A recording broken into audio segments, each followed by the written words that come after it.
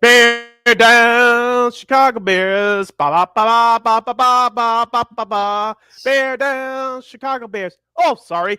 I'm just celebrating my 8-3 team, hometown team, with a big victory from yesterday's 31-28 escape of the Pittsburgh Steelers. We'll have our recap coming up.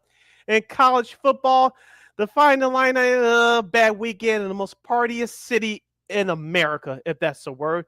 While USC goes down hard to Oregon.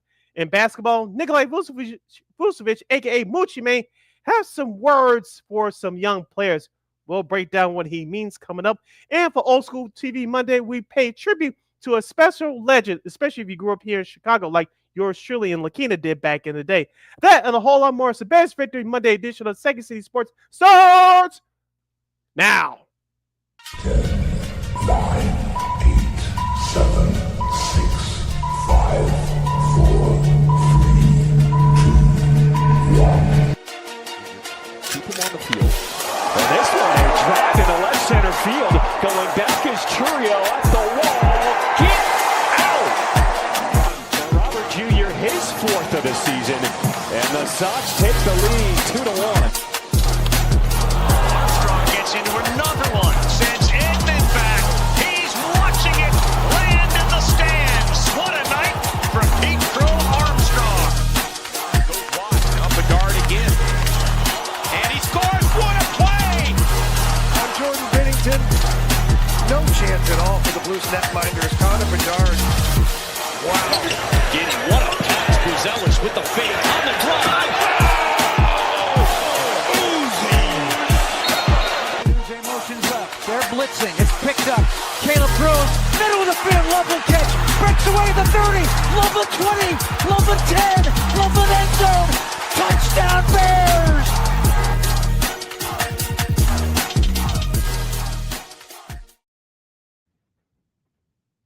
Welcome to this hashtag Bears Victory Monday edition of Second City Sports. You're locked and loaded, and we're live in living color right here on Sports Zone Chicago, along with Miss LaKeena McGee, which is she. I ain't City Brad here. You know it's me. You can follow yours truly on the Twitter, X, and the IG at SidKid80. Once again, it's SidKid80. That's SIDKID80. That's SIDKID80. You follow McKenna McGee on the Twitter, executing IG. Be sure to download the Sports Zone Chicago app wherever you get your apps. Please follow Sports Zone Chicago on all social media platforms on Facebook, X, Instagram, and YouTube. And thank you very much in advance for your support. Like, share, subscribe, and tell your friends. We're not unapologetically fun, and we have very definite opinions. If you have any definite opinion during our 2 hour extravaganza we call a Sports Talk Radio show, you better hit us up at Sports Zone Chicago's Facebook page or at Sports Zone Chicago on YouTube. Type in those questions or comments in the comment section. LaKeena will get the up on the screen for you. But if you decide to troll and or do something silly, dumb, or stupid, I've again LaKeena full powers to give you Dumbos to Bill and be a boot. Toodles. But before we begin, shout out to our live game. That's LIVE Live Entertainment Game. That's checking us out right now on our Sports Zone Chicago's Facebook and YouTube channels at 12:20 p.m. Central Standard Time. But much love to the replay game that's checking us out on the replay, also at Sports Zone Chicago's Facebook and YouTube channels. Don't you ever forget our motto, where we talk about sports, music, or entertainment. We will provide. We invite you with some of the best on Second City Sports as we will talk college football as the penultimate end of the regular season starts as we gear up for Rivalry Week for Week 13. We'll talk about that. Also, the Bulls had a mixed bag this week, including an interesting comeback that, well, if you saw Vooch on social media, yeah, he wasn't very, very pleased with the effort there, but we'll talk about that. And also, hello, Grandpa. well, and the rest of the weekend in the NBA, including a couple of surprising results. Also, too, we will have a little college hoops as well as some tournaments are gearing up for the holidays in the Bahamas and Maui. Also, for Old School TV Monday, we salute a Chicago media legend. If you guys know if you guys are like 80s and 90s kids, you'll know who we're talking about. We'll talk about that coming up as well. Of course, the rest of the action from the NFL Week 12. But first, of course, as we always do, we'll talk Chicago Bears. The Bears hang on again. They won 4 in a row beating the Steelers 31-28. Caleb Williams had 3 touchdown passes for 239 yards.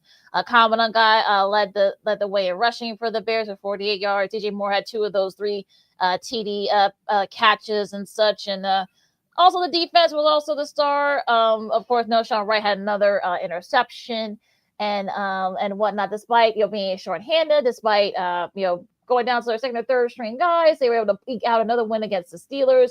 Mason Rudolph, of course, you got the word like a couple hours before the game that Aaron Rodgers would not play. 171 yards, a TD, and that interception from Wright. Kenneth Grunwell had 92 rushing yards as well. A couple big ones as well. Not really much of a factor. DK Metcalf was only 22 receiving yards. But Sid, the Bears are 8-3, and they're still in first place, at least for now, in the NFC North. What do you think about the game yesterday? Because like I said, I didn't watch a lot of the game yesterday. I was watching other games. We'll talk about that after the break, of course. But what do you think about that Steelers Bears roundup? Oh, shame on you, LaKeena. The Bears are becoming one of the most entertainment dramas in the National Football League. Get on board. Everything from high-scoring performances to defensive takeaways. Special teams are starting to become special again. Unsung heroes stepping up. Wherever you want, you're going to get it. How can you miss the best entertainment show in the National Football League, young lady? And it's the charter franchise of the whole damn football world. How could you miss it, young lady? Shame on you. I had to get my Christine the Queen Manic on. Shame on you, young lady. Now, back to reality. Are the Bears a playoff team? I believe so, but as we said all season long, we'll see here in the back half of the second half of their schedule. It starts this Friday at Philadelphia. But as far as yesterday's game was concerned, started out hot offensively. Caleb Williams does a dumb turnover again, but the Bears overcome that. As you mentioned, they overcome the injuries in the second half. The defense started to get together. Did their statistics look great in the stat sheet? No, but Montez Sweat decided to come through with 2 sacks and a strip fumble. Like that, DeMarco Jackson, who started at linebacker because your 3 starters were out due to injuries, he had 15 tackles, which I love. And Kyle Santos, you didn't have to depend on him to make a kick. He only made 1 field goal that ended the first half with the Bears trailing by 4.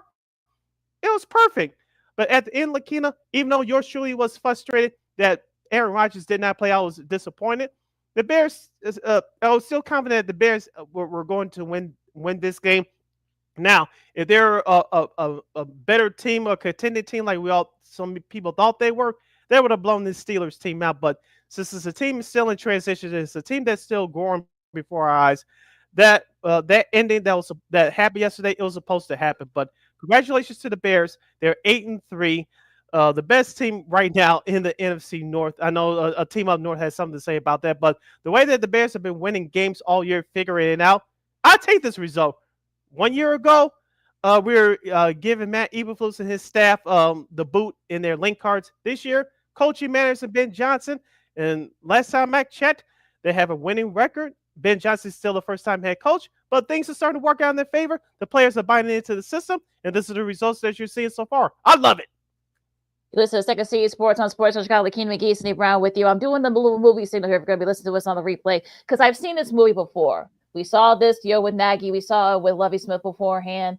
Probably we didn't see too much with Eberflus because they were too consistent. But look, we heard all this this movie before about buying in and players are buying into this and they're buying into the hype or whatever. Look, the Bears took advantage of the fact that Aaron Rodgers wasn't there. And look, let's be honest, that it was essentially TJ Watt finally getting that time his brother JJ, who was calling the game for CBS.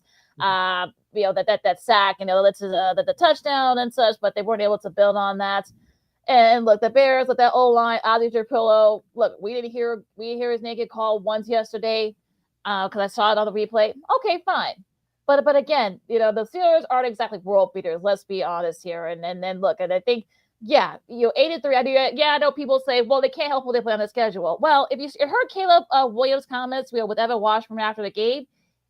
He said the same thing, but I'm sorry. Did you just low key just admit that you haven't played the best competition for the most part? I'm just saying. So I know everybody wants to build this matchup between the Eagles. We'll talk about the Eagles after the break and the Bears because they both have 8-3.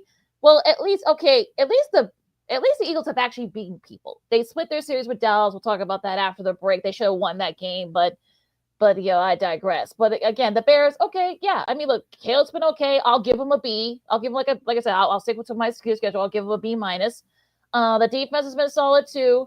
Look, they didn't, especially when they didn't have a lot of their guys. I'll give them a B plus. All right, great. Special teams, look, Kyle Santos wasn't an issue. Okay, fine. I'll give him a B as well. But again, it's who you beat. So, and you barely beat some of the teams that you beat beforehand. So for everybody that wants to say, oh, shut up and enjoy the ride, y'all are being haters, y'all are nitpicky. Well, you know what? Down the line, this stuff will come back to bite them. And you know what? I don't want to hear everybody say, well, look, y'all got to throw it into the hype. So I'm just being a realist here for this Bears squad. But I digress. I'll go back a little bit with the recent history and connect it to what's happening now. You mentioned, I saw your tweet yesterday about Lovie Smith. His last year, I believe it was in 2012. They started out 8-3, and of course they went 10-6 and barely missed the playoffs. But here's the thing: that squad was older, they were more injured, and Lovie's time was running out, and they didn't fix the offense in time for them to make it to the playoffs. Transition over to now with Ben Johnson being at the helm. What did Ben Johnson say, especially before the bye week? He's going to use his first half to judge of who's going to be on this team, who's not going to be on this team. We're going to continue to grow. We're prepping our guys to get ready for the second half of the season. Like we've been saying, the second half of the season starts this Friday at Philadelphia. We'll talk about that more about that game down the line. But you're going to play teams like Philadelphia mixed in with Cleveland, but you're going to play teams like Philadelphia, Green Bay twice. You still have San Francisco. You still have Detroit at the end of the year. So these guys are gearing up to play the better competition. What do you do to get ready for better competition? Take care of the competition that's lesser than you. No, you shouldn't apologize who's on your schedule. It is what it is, but going through the situations that this team has gone through all year long, they are gaining confidence with every win, and they're gaining trust within their coaching staff that place their expectations in front of them. So you cannot apologize for them for that. Now, like you said, the results are going to show against better teams, but for what the players have come from training camp up to this point, the record is what they say they are. Excuse my broken English. I'm trying to quote the great Bill Parcells, but you are what your record says you are, and they are 8-3. I'm taking this instead of what we experienced last year and all the other years that we have failed expectations around here. Am I going to sell you a blue sky and blue bleep that this is a championship team, this is a Super Bowl team, this is an NFC championship team? No, but where they come from the start of training camp up until now, this is a very good football team, which probably will make the playoffs. I'll go as far as that. But am I going to sell you blue sky and blue bleep that this is a Super Bowl team? No. Am I going to tell you that they're better than the Rams or the Eagles? No. But they are where they are, and they're right at the top of the middle of the pack of the NFC, even though that conference is wide open. After the Rams, of course. We're going to take a quick break, and we'll have Sid will have his grades. We'll have our bear of the game, and we'll talk the rest of the NFL Week 12 slate, including studs and duds, as we saw a couple of upsets today, and some teams sending a mess. Rams sending, see that Rams squad, they're sending a mess. They are probably the best team, and maybe not just in the NFC, but also football as well. And Colts, I'll just say they blew it against Kansas City. I watched that game on this computer here. So LaKeena, McGee, Sidney, Brown, Second City Sports, Sports Chicago with more NFL Week 12 recap coming up right after this.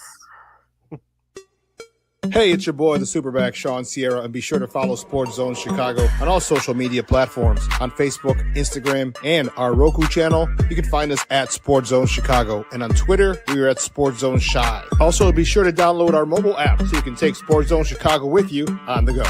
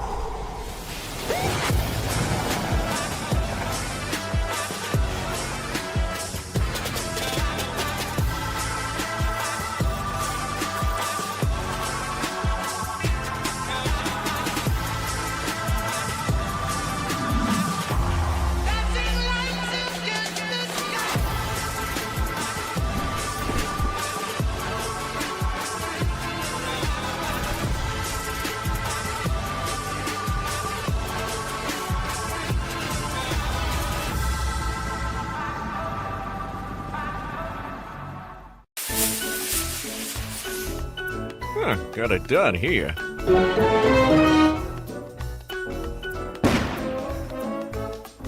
Ouch! And we're gonna make sure you lit this time. Ouch!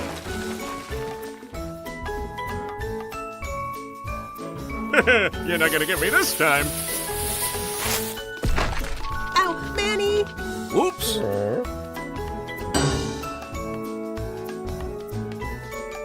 Let's try an easy one.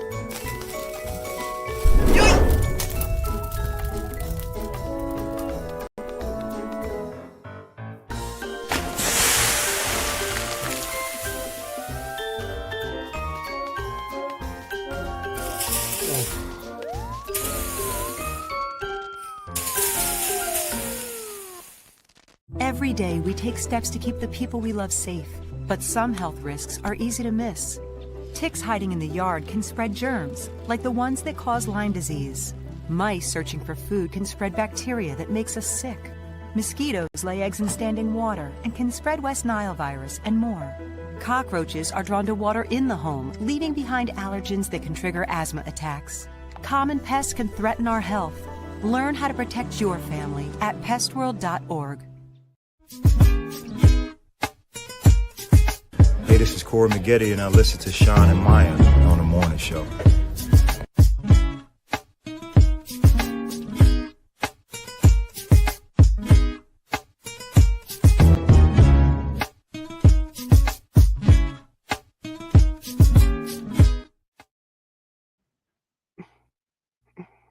Welcome back to our hashtag Bears Victory Monday edition of Second City Sports. You're locked and loaded, and we're live and live in color right here on Sports Zone Chicago. I'm Sid, that's LaKeena. You can follow yours truly on the Twitter, X, and the IG at SidKid80. Once again, that's SidKid80. That's SIDKID80. That's SIDKID80.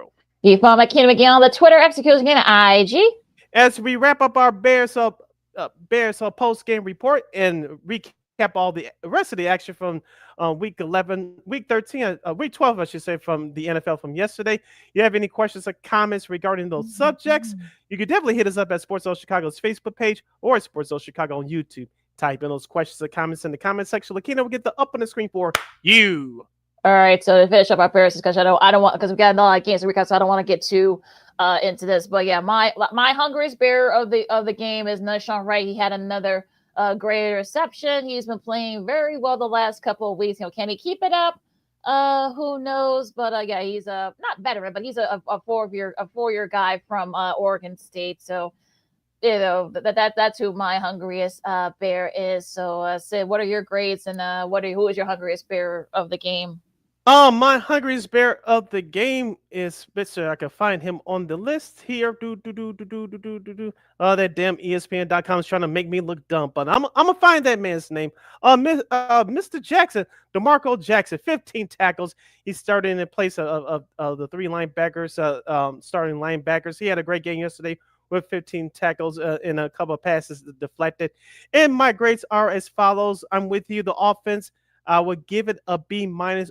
Only a couple of reasons. One, the Caleb Williams turnover that shouldn't happen in their own end zone, which gave the Pittsburgh Steelers that touchdown early in the game.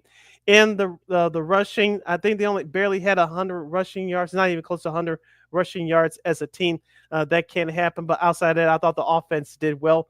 Defense, I'll give it a B minus C plus, only because they gave up 28 points to Pittsburgh, even though this defense is still ranked in the bottom half statistically in the National Football League. Montez Sweat came up with 2 sacks and a strip fumble yesterday. Of course, as I mentioned, DeMarco Jackson with the 15 tackles yesterday, having his first career start. So I'll give a C plus B minus to the defense. The special teams a B. As you mentioned, I agree with you on that.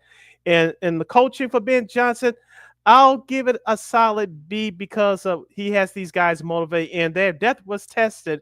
As he said in his post-game speech to his players yesterday, their depth was tested, and the guys that came in, stepped up, and helped contribute to that 3-point win.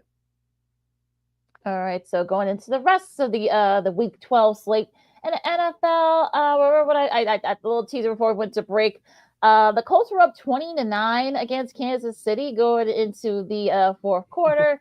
Well, unfortunately, the Chiefs scored 14 unanswered, including a Harrison Buckner field goal in overtime as they beat the Colts 23-20. Pat Mahomes, not your Pat Mahomes skill, but even still 354 yards passing. Kareem rushed for 104 yards. Rashee Rice had 141 receiving yards for them. Daniel Jones and Lose Never had 181 yards and 2 TDs. Jonathan Taylor wasn't really.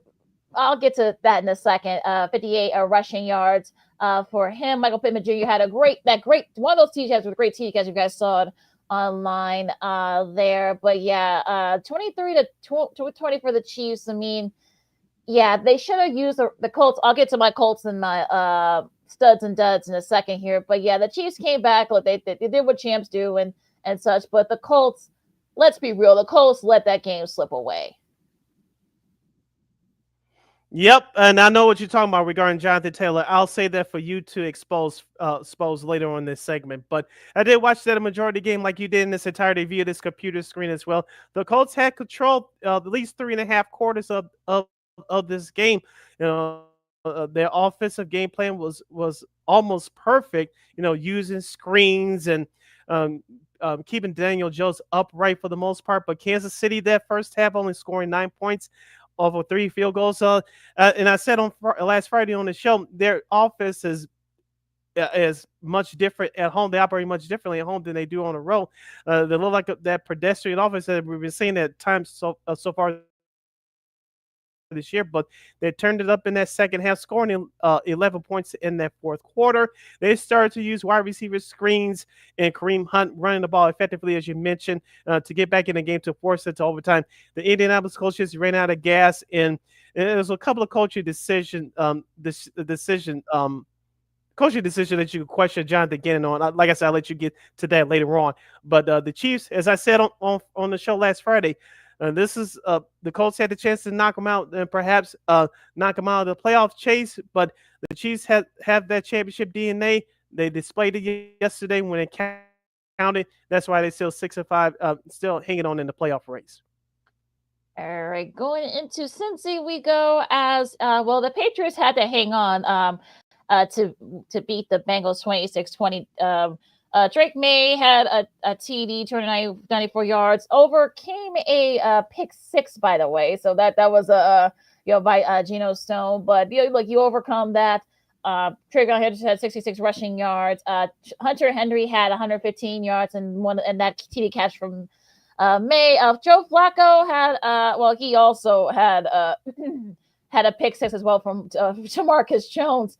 But unfortunately, Chase Brown, no relation to Sidney, 107 rushing yards and such. But look, the Patriots, they go to 10-2. I don't think anybody had that going into the season. But look, Drake May, he was able to overcome that rough pick six, and look, he was able to bounce back, and but they're going to be a little short-handed. They did lose Will Campbell for a little bit. So and also Jared Wilson as well, and a couple of other guys on defense. So on the offensive line, so that might be an issue for them down the line. But but again, look, it's not about the OBC. It's not about style points. So you take the win if you're Mike Vrabel and the Patriots. Yeah, I give Cincinnati credit for hanging in there against a very good Patriots team. And as you mentioned, with New England, injuries are starting to hit everybody, and the Patriots are the latest team to get hit with an injury bug. But the only difference is, you mentioned, it's not about style points. It's about winning the games you're supposed to win. Do it any way you can, and that's what the Patriots have done so far this year. They're 6-0 away from Gillette Stadium, and their schedule gets tougher too. I know they open up the month of December hosting the Buffalo Bills, so we'll get to that game down the road. But they're just like we talked about with the Bears in our last segment. I think the Patriots are primed for this moment as well. Let's give Mike Vrabel a whole lot of credit as well. Him and Ben Johnson, number 1 and number 2, in my opinion, for head coach of the year. As I said during the month of August, this Patriots team is going to be improved by the end of the year. But like I said, no one had them at 10-2 on their scorecard. So we'll see what happens. But I think the Patriots, if they have everything going right for them to come playoff time, a couple of teams got to go up there to Foxborough to play in the cold in January. It'll be very interesting to see if they can hang on, especially as you said. The schedule does get tougher for the Pats, and I'm wondering though. They're kind of similar to the Bears in some way, but yeah, they do have that big win against Buffalo in Buffalo. So they do have the Giants Monday night. They do have a bye week. They got the late one of those teams. They got the late bye week, so that actually could benefit some of those teams. So we'll get everything's falling into place for them.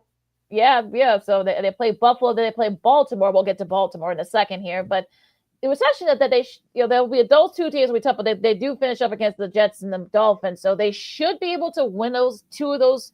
I'll count the Giants game. 3 of those last 5 in order to maybe get to 13, perhaps maybe get the number 1 seed. We'll see. Now, speaking of Baltimore, 23-10. Over the Jets, Lamar Jackson, 153 yards.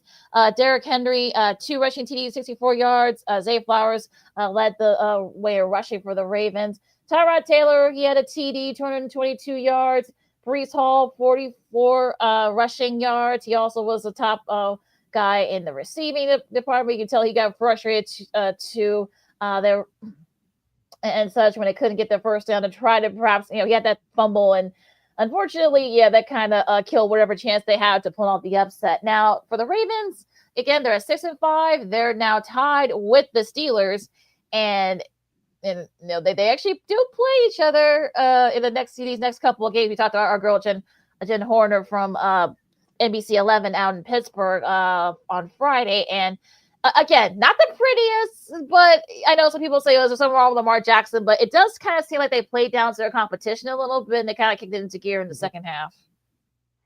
Yeah, that's exactly what happened. He just took the words right out of my mouth. The Ravens offense decided to wake up in the second half, outscoring the New York Jets 20-3. In that first half, LaKeena, it was ugly, but give the Jets defense credit. They came out to play. They were very aggressive early. Baltimore looked around like, what's happening? What's going on here? Who's going to step up? But whatever John Harbaugh said in that locker room at halftime, the Ravens came out a different team in that second half to dominate the Jets from there on. But for Baltimore, we thought they were going to get in high gear once Lamar Jackson came back from that early season injury. You've seen the results now, and I think they are the best team in the AFC North right now. But we'll see when they play the Steelers in a couple of weeks. But the Ravens definitely had the momentum going right now. Great second half performance. Yeah, very, very well done for them. Now going down to Nashville, the Seahawks 30-24. I would say the score might be a little bit, doesn't really tell the whole story. 167 receiving yards for Jackson Smith and Jigba, and 2 TDs. So if you had them on your fantasy team, I'm sure you had a nice early Sunday afternoon. Sam Darnold got those 2 TDs from Sam Darnold, 244 yards. Kenneth Walker III had 71 rushing yards. On the flip side, Cam Ward, a TD and a rushing TD, a TD pass and a rushing TD. So again, you give him credit for those garbage points, later on, but it was really all Seattle on this one. Yeah, the Titans scored a couple of late touchdowns there in the game to make the score closer, but it was domination from the Hawks from start to finish. You mentioned Sam Darnold had 4 interceptions last week at the game against the Rams. Came back with a bigger performance. Jackson Smith and Jimbo, they got him more involved in the passing game, as resulted in 2 touchdown catches. So, and the Seattle Seahawks defense, very underrated, but very good as well. Yes, I know they gave up 24 points in the stat sheet, but when it mattered most to set the tempo for the game, they only gave the Titans 3 points at halftime. So the Seahawks defense, very underrated, but very good, folks. We talk about the 49ers. We talk about the Rams. We talk about the Eagles defense in the NFC. You better start putting the Seahawks defense up there as well. Yeah, these are your Legion of Boom defense from the early 2010s. But look, you still got Leonard Williams, Devon Witherspoon. You also got young guys like Drake Thomas, who led the way in tackles. Patrick O'Connell has sacked. They sacked Ward 4 times. So again, Mike Macdonald is definitely putting a stamp on that because he's a defensive guy. So he's putting a stamp on that defense. And Sam Darnold, well, I know there's a certain team in the Northwest that wishes they had him, but okay, we'll get to that in a second. But I had to take a shot there. 80-3, but yeah, look, I don't think anybody had that for the Seahawks going into the season. So yeah, they're right there to think of it. Well, I mean, there's a team ahead of them that may have something to say about that, but a nice one for Seattle. That's all you can ask for. Yep. And speaking of that team that Sam Darnold played for a year ago, the Minnesota Vikings, they go up to Lambeau Field and get destroyed by the Packers 23-6. Jordan Love, 14-21 for 139 yards. For the Green Bay's rushing game, Emmanuel Wilson had 28 carries, 107 yards, and 2 scores. Christian Watson, where you been, buddy, outside the injury report? He had 5 catches for 49 yards. LaKeena, I know this game was airing live opposite the Bears game in this area, but the only live film that I saw was on Red Zone. And J.J. McCarthy, you don't have to tell me how good or how bad he was yesterday. 87 yards passing, not going to get it done. Their offense was putrid. The running game was not to be found. Only 6 points in the first half, shutout in the second half. Green Bay, Micah Parsons decided to show up again. I know he has double-digit sacks on the year. The Packers' running game was, as I mentioned, effective. Not with Josh Jacobs. I know he's hurt, but Emmanuel Wilson decided to step up yesterday and hold down the fort. The Packers did enough more defensively than offensively to eliminate the Vikings from playoff contention. Yeah, it's just one of those things where you're like, that's kind of interesting. They're totally different for what you see from Green Bay's passes, use their offense, their defense. Now, in this case, it's a switch up. Mm-hmm. Now, Emmanuel Wilson, give him credit. 2 rushing TDs, 107 yards, definitely holding on to fort while Josh Jacobs is battling. He tried to play with that ankle injury, but they told him no, we'll save you for next week. Also, Christian Watson too made a big catch late, but like you said, it's really that defense, of course, led by Micah Parsons, but also too you got a lot of young guys as well. Deontay Wyatt, he had 2 sacks yesterday for that Packers defense, and it's sort of interesting too on the flip side though for Minnesota. I mean, I heard a couple of guys on those Sunday countdown shows say that. Well, I think Minnesota probably wish they had paid Sam Darnold, because not saying Sam Darnold, they probably wouldn't have played like they did last year. But again, he's missed a lot of guys. Got some guys dropped, and you can tell Justin Jefferson was a little frustrated with some of those passes. I know that he said that look, he's all for JJ, but it's looking like, at least at this point, because this is his rookie season, but it's not looking good right now for Minnesota. But on the flip side, for Green Bay, look, you're doing it a totally different way, but it's been paying dividends. You're 7-3-1.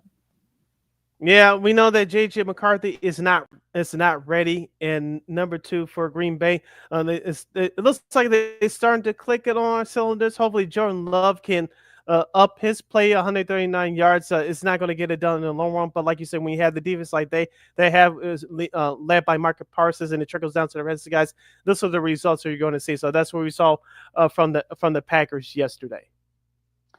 Now, the last of the noon games, Detroit and the Giants, they needed overtime top of the Lions, but they did get the win. Thanks to Jahmyr Gibbs, he 219 yards and 2 TDs. Yeah, he just let's they. Of course, the Giants, defense made the stop for the for the Lions, against the Giants. Jameis Winston had 2 TD passes, and of course, Gunnar Oskusi had a TD pass as well. That was one of those weird wildcat type things. On the flip side, Jared Goff had 279 yards and 2 TDs as well. I know Bears fans want to get all, they needed overtime, but let's remember too, I mean, you could have lost that game too against the Giants too a couple weeks back if Jack Starr had not gotten hurt or Winston had been out there. But again, right. I digress. So don't y'all start talking smack. But again, I mean, it does kind of seem like, again, look, I think Mike Kafka is definitely making the case for him to have at least being considered for the coaching job, because he had some nice little offensive moves early on. But again, the better team ended up winning in the end. Yeah, a couple of trick plays you mentioned about the Giants, including the flea flicker to Jameis Winston, who ran it in for a score. Also, he had 2 touchdown passes to go along with his 366 passing yards. But the Lions, they were dominating that first half, but their defense did enough in that second half in overtime. Thanks to Aiden Hutchinson with that sack on Winston on 4th and 5 to close it out. But Jahmyr Gibbs, be honest with you, LaKeena, he saved the day for the Detroit Lions. I know Amon St. Brown had a touchdown catch as well early in that game, but it was Jahmyr Gibbs' show for Detroit. If it wasn't for his performance, that Lions offense was about to go into the toilet. And ever since they got punched in the mouth a few weeks ago, how you get to Jared Goff is no secret anymore. If you have the defense, you have the You have the edge rushers to do it, and especially pressure Jared Goff up the middle. You can get to him and shut down their Lions offense. So Detroit, even though like you said, they escaped more than the Bears did yesterday, in my opinion, in their contest. I think there's still some problems that are ahead for the Lions. All right, going into the 3 o'clock window here. We'll start in Arizona. Our buddy Spiro Davis from CBS, friend of the show, had this game out in Arizona, and of course they got another exciting finish. 27-24, the Jags with making the defense stop late after getting a field goal. Trevor Lawrence three TDs, but also 3 interceptions, and also Travis Etienne had 86 rushing yards. On the flip side, Jacoby Brissett did have a TD and 317 yards. Michael Wilson had 118 receiving yards for Arizona.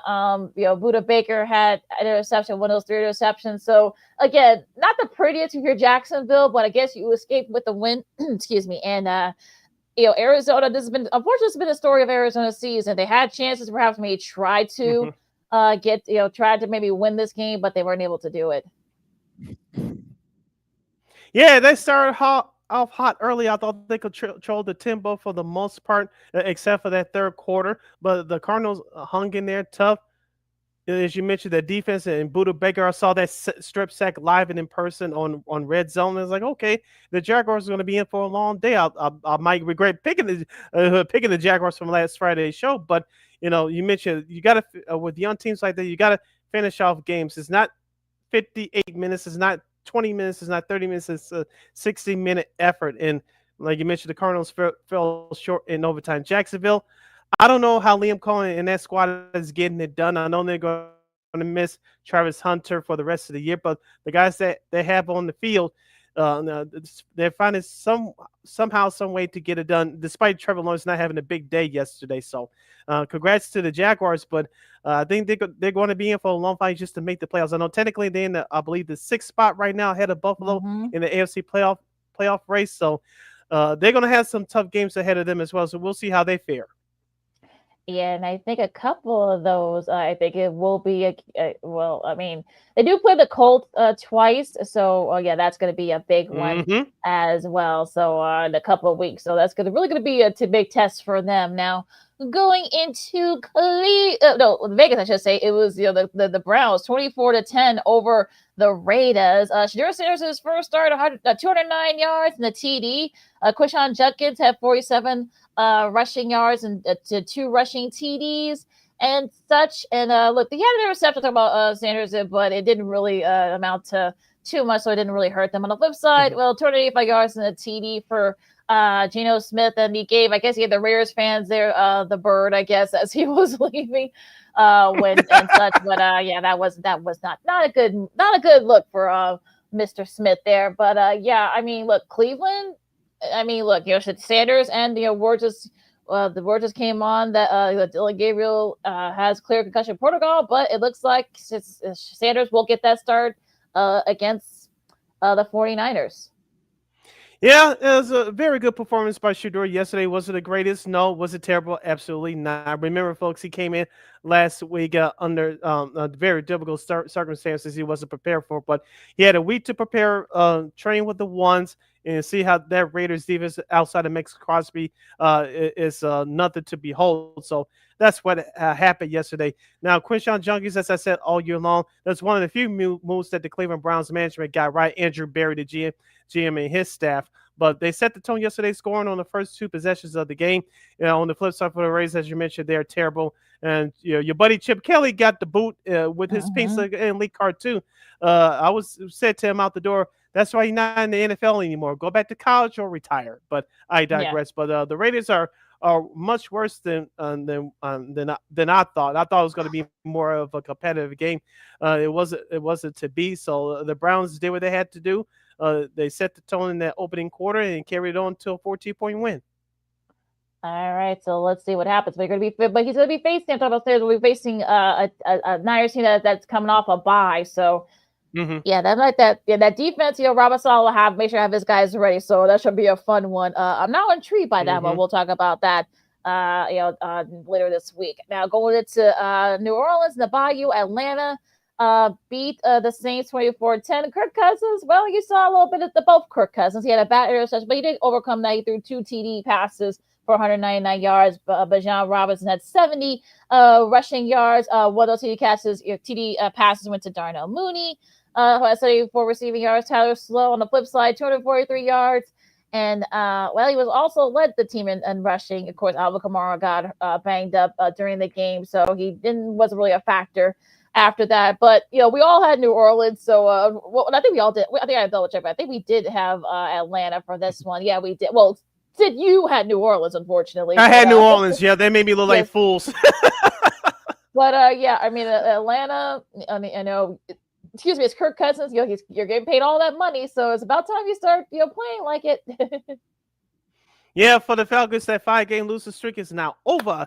Like you say, you saw the best and worst in Kirk Cousins yesterday. The Falcons operated like an NFL offense. Darnell Mooney, speaking of former Chicago Bear players, 3 catches, 74 yards in the score. Bijan Robinson, he was very effective, 70 yards rushing off of 14 carries. The Saints just couldn't get it going in terms of offense in that second half, only scoring 3 points in that second half. So Atlanta looked like a very competent team. They earned their victory yesterday. Now, am I going to sit here and say they're out? They're going to creep back in that NFC South race? No. But realistically, it looks like it can't be that way because of the couple of other teams that are ahead of them. We'll get to them in just a second. But Atlanta, if you're a Falcons fan, why couldn't this happen earlier in the year before that Michael Penix injury?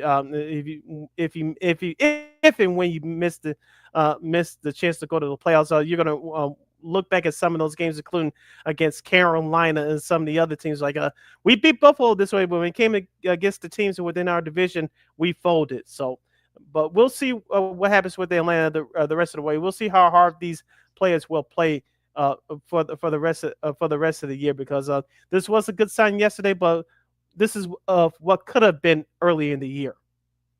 Yeah, they actually looked decent yesterday, so we'll see if Atlanta can build on that. Now, one of the game of the week for Fox, 24-21 as Dallas scored 17 unanswered, because it was the Eagles were up 21-7 at halftime. But yeah, 17 unanswered points for the Cowboys, I should say. Dak had 354 yards and 2 TDs. Javonte Williams, 87 rushing yards. George Pickens had a couple of big catches of 146 receiving yards as well. On the flip side, though, Jalen Hurts, 289 yards and a TD. 33 receiving yards. He led the way there in 2 TDs. Saquon had a couple of uncharacteristic fumbles and such, but it just seemed like we've seen this Philly team kind of like, hang on by a thread and kept it close when they shouldn't have. They should have beaten the Packers easily. And the Lions, they kind of dominated, so there really was a bit of a factor there as well. So this is one of those things where, it's a divisional game. I know the Cowboys played them tough early this season, but this is one of those no excuse losses, if you will, for Philadelphia. And the Bears going to be faced an angry flock of Eagles on Friday. Outside that first half performance by the Eagles offense, the only thing that I liked about Philadelphia were those throwback uniforms from the 80s and 90s. I remember those teams, LaKeena, especially when Dallas was starting to come up in the 90s, winning those Super Bowls.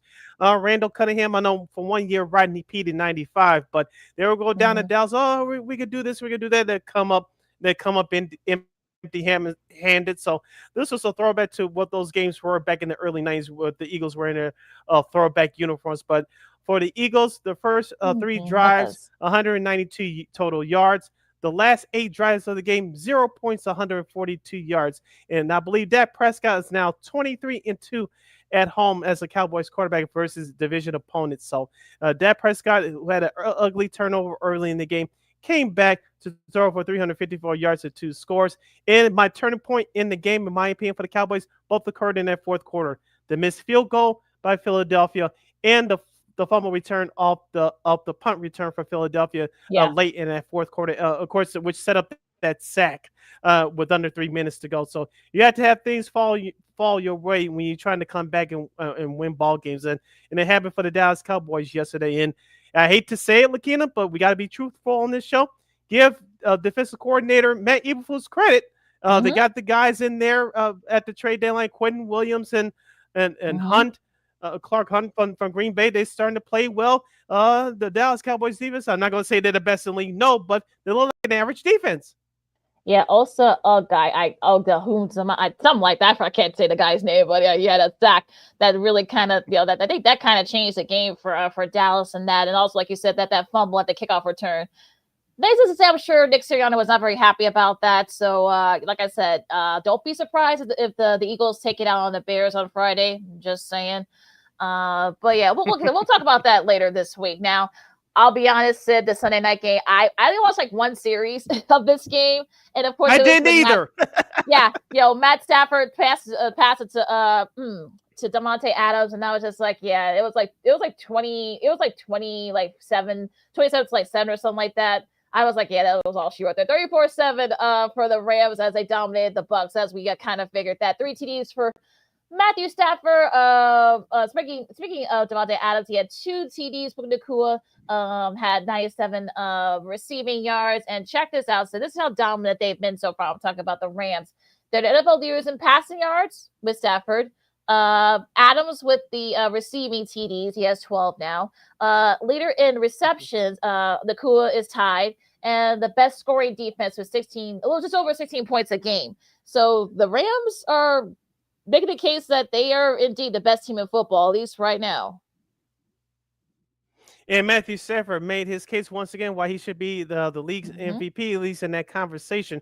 You mentioned with those 3 touchdown passes and 273 yards. And that Rams defense knocked out Baker Mayfield in that second quarter, injuring his non-throwing shoulder, which was his left shoulder. So the Buccaneers are in trouble right now. I mentioned with the Atlanta Falcons a couple moments ago. The Falcons, even though they won yesterday, technically they're not out of the NFC South race yet. And it's going to get this next team we're going to talk about some confidence heading to tonight's game, in which we'll give a quick 2-minute preview right now. The last of the Week 12 games will take place tonight in San Francisco, exclusively on ESPN at 7:15 p.m. as the 6-5 Carolina Panthers will travel to San Francisco to take on the 49ers, who are 7-4. LaKeena, San Francisco's favored now by 7.5. We all picked San Francisco, myself, Christine, and of course, you did last Friday on the show. I don't see my pick changing tonight, but I think the Panthers, knowing what Atlanta did yesterday, but most importantly, Tampa Bay falling flat on their face last night, they're going to come out with more urgency, and they're going to give the 49ers a fight for their lives.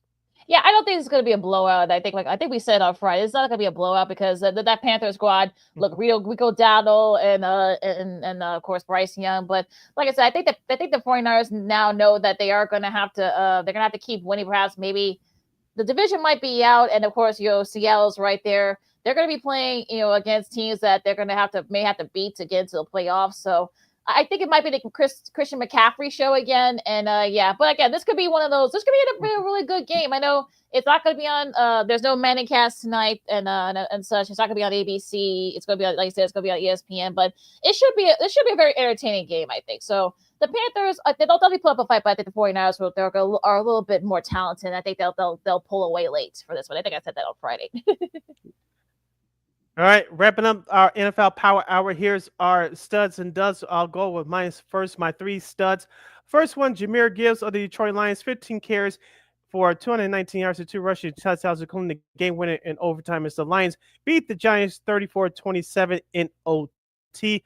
My second stud will go to Jackson Smith and Jimbo for Seattle, 8 catches, 167 yards and 2 touchdowns as the Seahawks beat the Tennessee Titans on the road 30-24.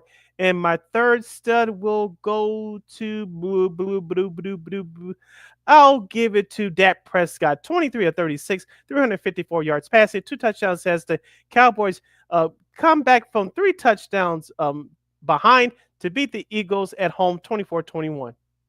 Okay, I'll stay with that game. George Pickens, my first 146 yards in a TD. He got the Tom Brady's LFG Player of the week honors. Definitely deserve it because I think he made some big catches for the Cowboys in that game to kick off that comeback. Emmanuel Wilson for the Packers, 107 yards and a couple of TDs in relief of Josh Jacobs. So he definitely made the best of his opportunity. And I'll give it to Shedeur Sanders.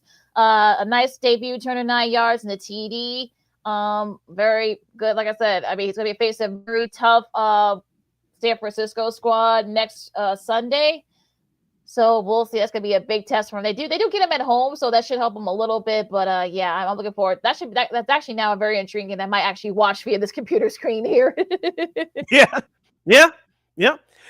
My three duds are as follows. So Las Vegas Raiders as a whole, piss poor performance, and giving Chip Kelly his pink slip and link card.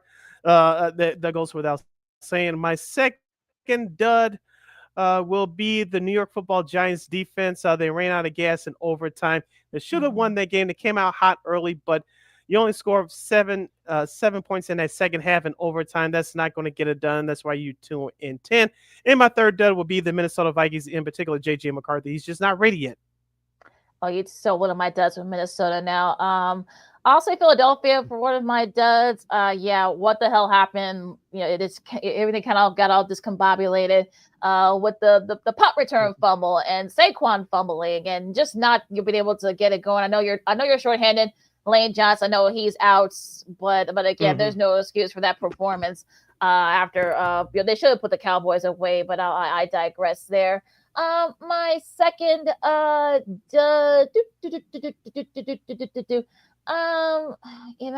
guess I'll say Minnesota. Well, I know you said, well, you know what, I'll give it to Mike Tomlin. Why did you go for it when you were deep in Bears territory with less than 90 seconds left?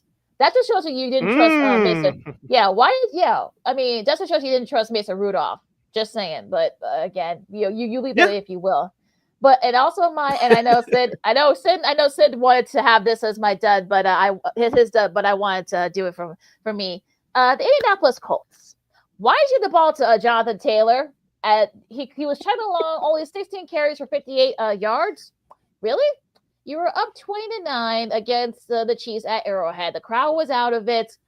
Why didn't you give Taylor the ball more? He was actually running the ball very well, and one of the weaknesses for the Chiefs is that rush defense. So you should have took more advantage of that. You could have left Arrowhead with a win, and perhaps maybe be right there in the thick of it with Denver for the number 1 seed in the AFC.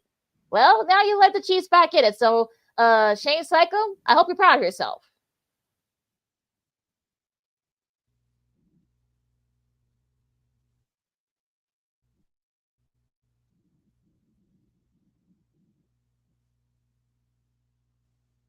Yeah, anything to add? Yeah, like you said, if it comes down, like I said, you'll look back at one of those games that if you fall to the number 2 or the number 3 seeds, this will be the game that you look at and say, well, we had them on the ropes and we let it slip away. So especially at this time of year, as we go into the second half of the year, you cannot give away games like this if you're the Indianapolis Colts. They're now 2 or 3 away from home. So, like you mentioned, the Colts have a tough schedule coming up including 2 against the Jaguars, which could decide the AFC South division the way that the Jaguars are playing right now. So, things doesn't get any easier for Indianapolis as we head to post Thanksgiving schedule.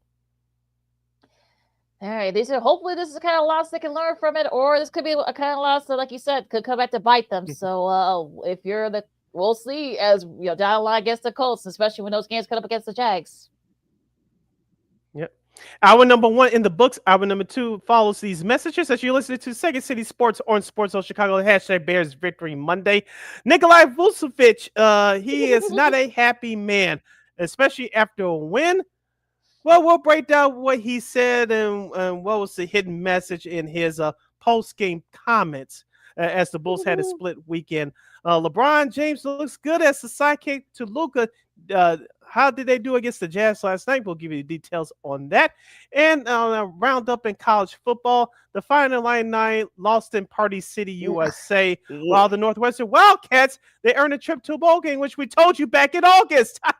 That in a special edition of Old School TV Mondays, you stick and stay right here on Second City Sports, right here on Sports Zone Chicago. Hey, it's your boy, the Superback, Sean Sierra, and be sure to follow Sports Zone Chicago on all social media platforms, on Facebook, Instagram, and our Roku channel. You can find us at Sports Zone Chicago, and on Twitter, we are at Sports Zone Shy. Also, be sure to download our mobile app so you can take Sports Zone Chicago with you on the go.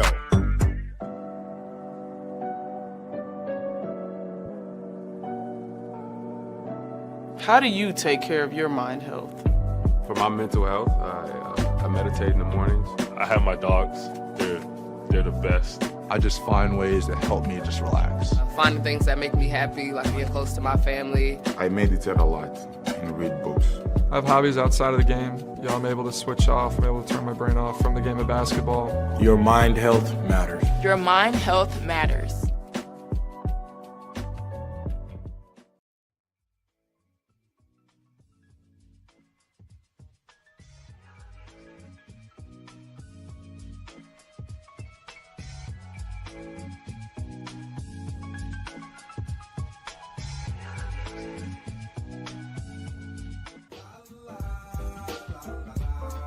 It's a romance sport. What? It's a romance sport like that. Your Marine Corps' way of life is to defend the American way of life.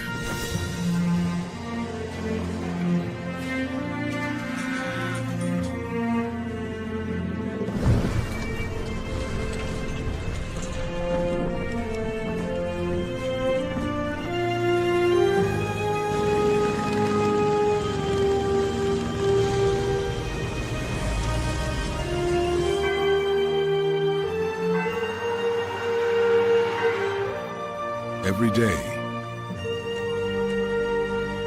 no matter where we serve, we take a stand for our nation, for each other, for us all. The few, the proud, the Marines.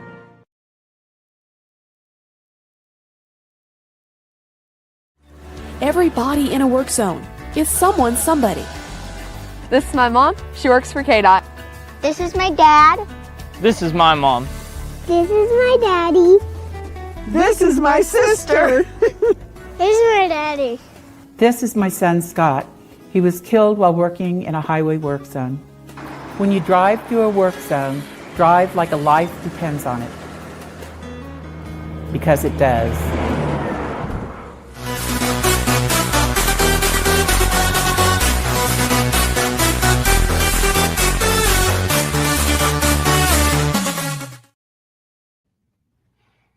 Welcome back to Second City Sports with the hashtag Bears Victory Monday. You're locked and loaded, and we're live in the living color right here on Sports Zone Chicago. I'm Sid, that's LaKeena. You can follow yours truly on the Twitter, X, and the IG at SidKid80.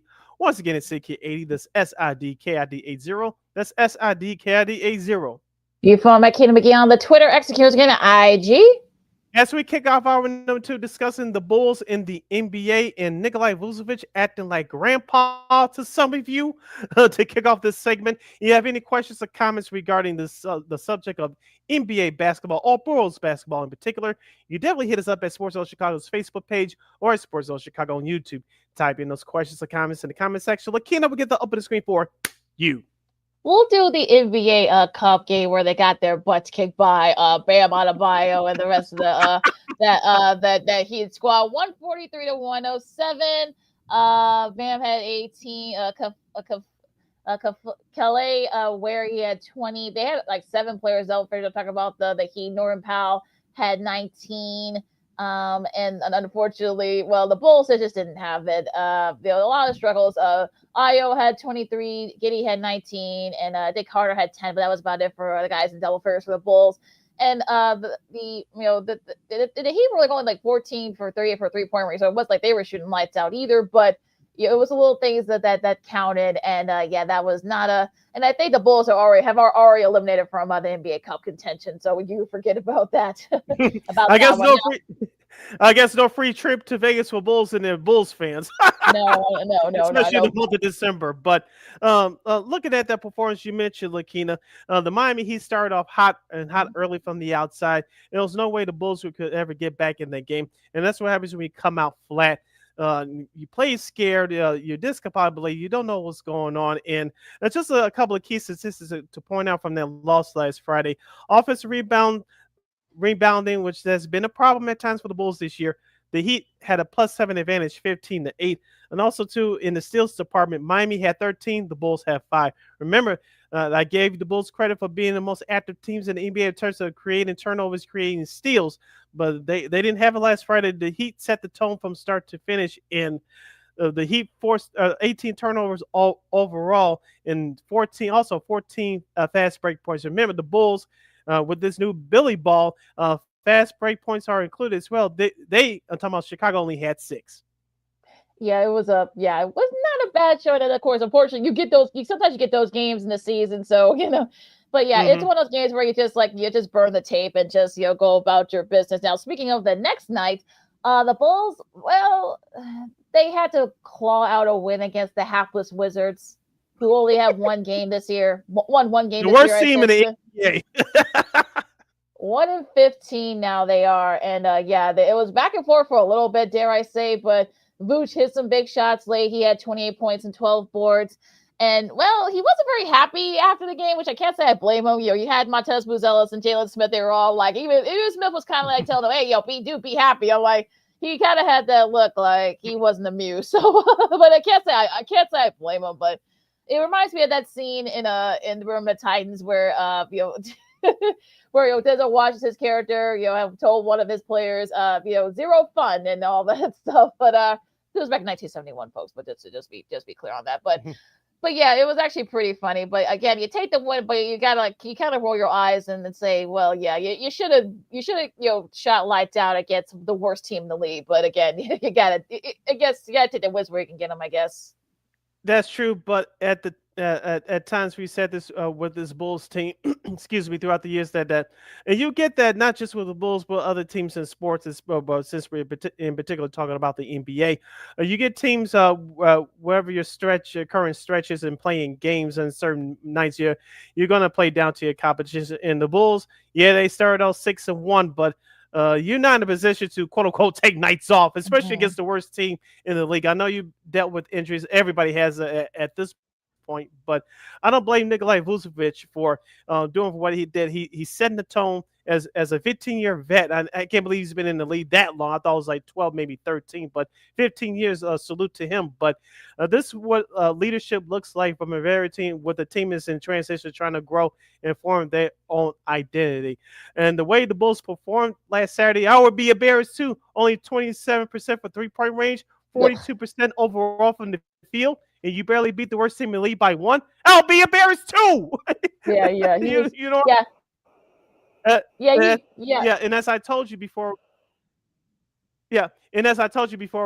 before we went on air, I wish I was a fly or ugly church mouse or a roach in that UC Bulls locker room afterwards, because I know there was some words that had to be exchanged between Vucevic and the team.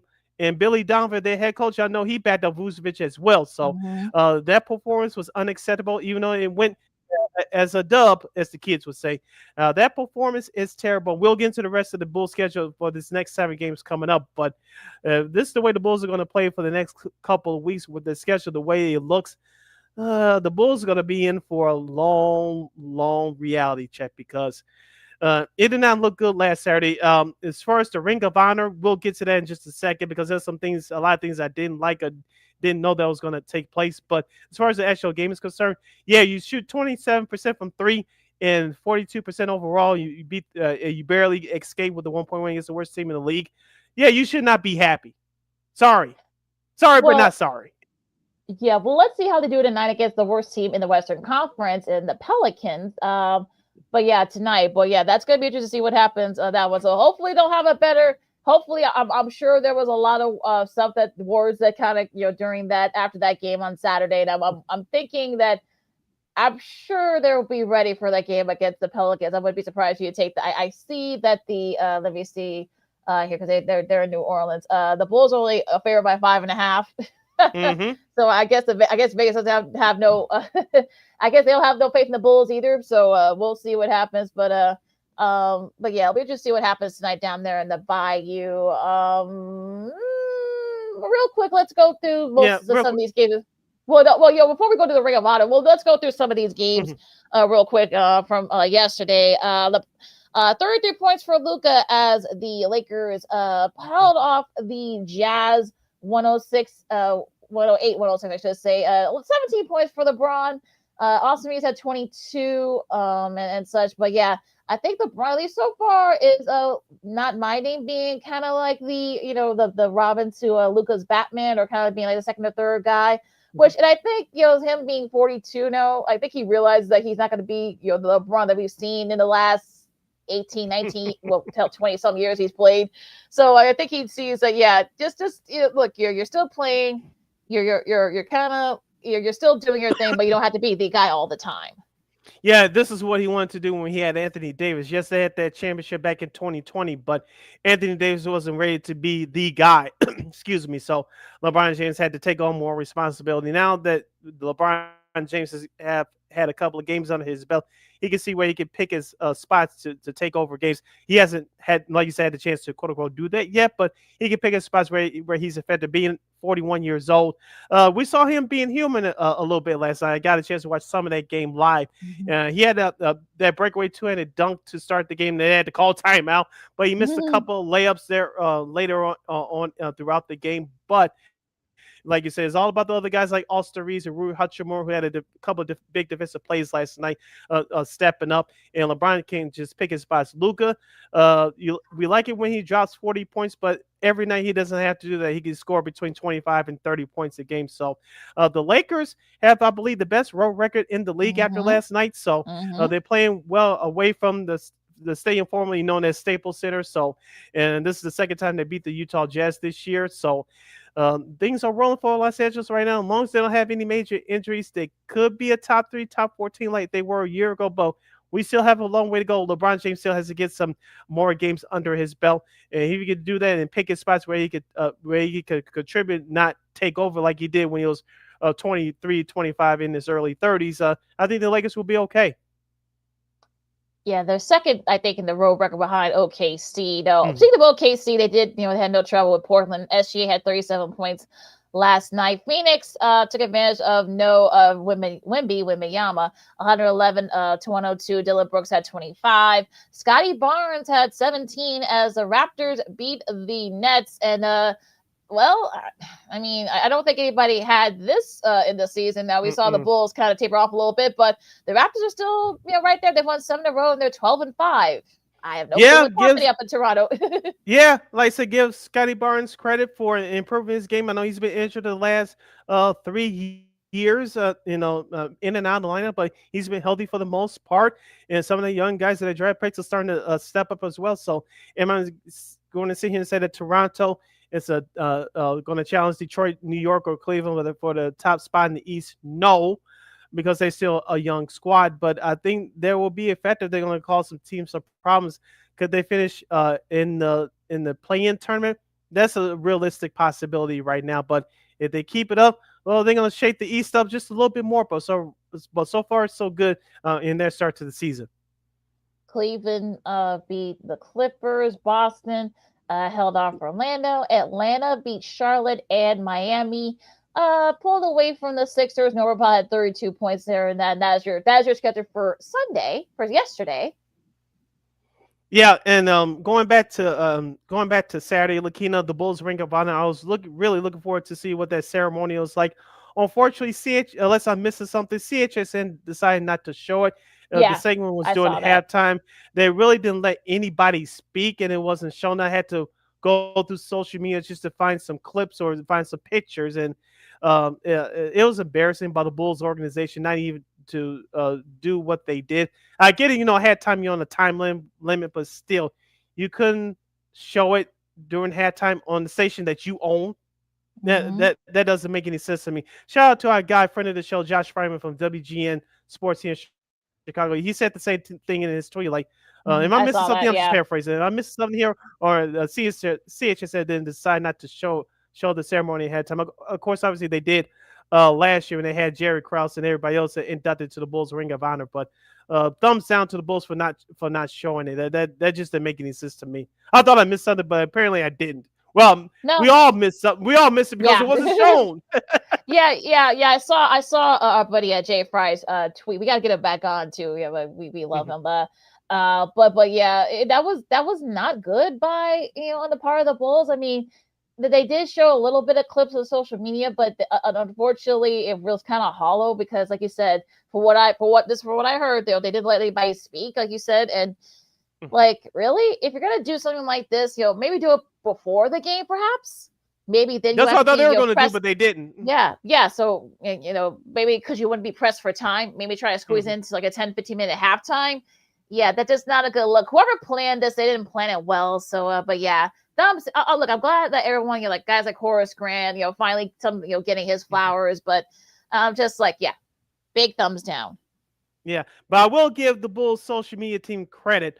You can check it out on the official YouTube channel at Chicago Bulls. They did produce a 41-minute special on all the inductees going to the Bulls Ring of Honor this year. They did do a great job. I did watch that yesterday before football yesterday, so go check it out when you can. But for CHSA not to show the ceremony at halftime, not a good look, as you said, thumbs down. Well, I will say is the Bulls social media I think they're probably one of the best in the league. So I think the folks that do run those accounts do a really good job. So they did what they could for what they had to work with. So I'll give them props for that. Now the rest of the games for Saturday, Sacramento upset the Denver Nuggets. What? 21 points for Russ. Easily his season high. But yeah, that was a little bit of a shocker when I saw the highlights of this game. Yeah, Russell Westbrook revenge factor against the Denver Nuggets. Go figure. They'll probably be one of the last true victories for the Sacramento Kings. I know Doug Christie and the rest of that squad and organization is going through it. But yeah, Sacramento decided to pull out a win against one of the top teams in the Western Conference. Speaking of Denver, real quick, Christian Brown will be out 4 to 6 weeks along with Eric Gordon.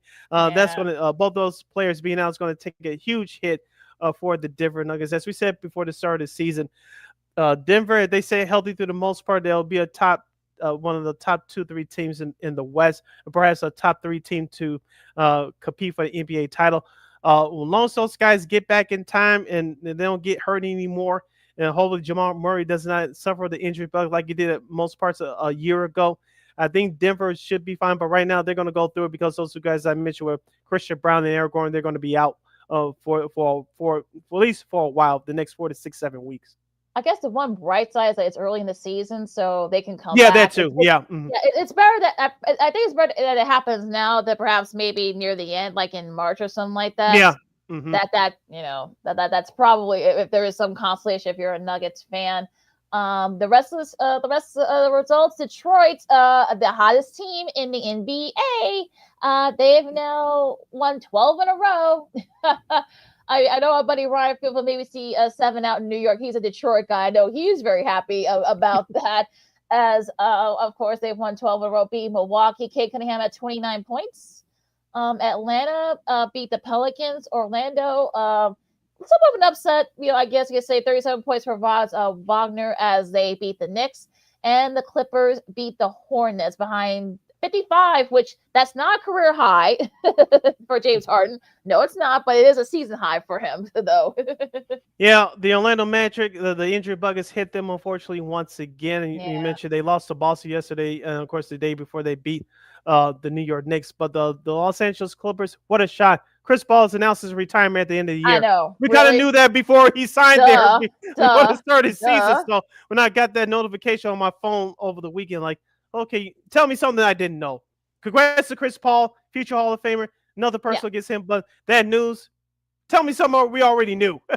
Yeah, he kind of dropped news like on a Saturday morning, which I was just like, okay, that's nice. And look, we'll talk about his career as such, when he retires, because I know he's definitely going to be a first ballot Hall of Fame for sure. With all he accomplished in high school, and of course at Wake Forest, of course in the NBA, and of course I think he's got 2 gold medals, I believe. So I think that'll definitely help get him in first ballot. But yeah, I think that was one of those duh categories. So he dropped a video right in the middle of a Saturday morning, right before college football came on. So okay. Yeah, and we won't go through any of these games. We'll just give you the winners from last Friday in the NBA Cup series. Cleveland, just the winners only. Cleveland, Brooklyn, Toronto, of course, Miami over the Bulls. Dallas over New Orleans. Phoenix by 1 over Minnesota. Denver, that was a very good game last Friday on Prime. They beat the Rockets. Of course, the Thunder blew out the Jazz, and the Trailblazers got by the Warriors. Yeah, Caleb Love had 26 points, which ties a career high. And even though despite stuff, with 38 points, yeah, they will give Portland credit. They're hanging in there with everything that's going on. Thiago Splitters, trying to keep everything kind of afloat. So at least so far, they've been doing pretty good. All right, let's go through the schedule for tonight for the rest of the week in the NBA. Monday, Detroit at Indiana. The Peacock game on Peacock's NBC's streaming service, Peacock. Cleveland at Toronto. That should be a hell of a good game. If those of you have NBCSN exclusively on YouTube TV, LaKeena does. They'll be airing at 6 p.m. Chicago time. Other games that are on the schedule tonight. The Knicks and the Nets. The Battle of NYC. Dallas and Miami will do battle in South Beach, the rematch of the 2006 and 2011 NBA Finals. Portland and Milwaukee. Chicago at New Orleans. The second half of that Peacock doubleheader tonight will feature Houston at Phoenix, the Kevin Durant revenge game. Utah at Golden State. And Minnesota will travel to Sacramento to face the Kings. Yeah, they split those championship series, both the Dallas and Miami, but I digress there. Tomorrow at Tuesday, you got Atlanta and Washington. And your NBC/Peacock Tuesday doubleheader, you got Orlando and Philadelphia. That should be intriguing. And of course, the Battle of Los Angeles, you got Kawhi, Harden, and the Clippers against Luka, LeBron, and the Lakers. That's going to be the 10 o'clock game. I'm going to be watching this game. That should be a fun game, as it usually is between these two intercity rivals, if you will. And these Tuesday and Wednesday games are part of the NBA Cup games entering Week 5. Going into Wednesday's action as the NBA Cup series continues. Detroit will face Boston in a 4 o'clock contest on start time, Central Standard Time on ESPN. The Knicks and the Hornets, Milwaukee at Miami, Indiana at Toronto. The second half of that triple header on ESPN on Wednesday will feature Minnesota at Oklahoma City Thunder, the rematch of last year's Western Conference Final. Memphis at New Orleans. The Rockets and the Warriors as part of that triple header on ESPN. That's at 9 o'clock on Wednesday. Other games wrapping up the Wednesday schedule. The Spurs at the Trailblazers and the Suns at the Kings. And the NBA will have Thursday off due to the Thanksgiving holiday. And that's your schedule for the NBA for this upcoming week. All right. Lots of good games coming up. So I definitely, like I said, we'll be watching that Clippers-Lakers game. That's always fun when those two teams battle it out. All right. So we're going to take a really quick break, of course. A little college football as well. Northwestern is bowl-bound. Illinois, well, they crapped the bed up in Camp Randall. And some, the Lane Kiffin saga continues. Jesus. College hoops, of course. Northwestern got a nice win. Nice win on the holiday tournaments, of course. We got Maui and Bahamas as well. So, yeah, that should be a fun one. We'll talk about that. And we salute one of Chicago media's all-time greats for Old School TV Monday and so much more. LaKeena, McGee, and Sidney Brown, Second City Sports on Sports of Chicago. Our Sports Potpourri segment coming up right after this. Poof!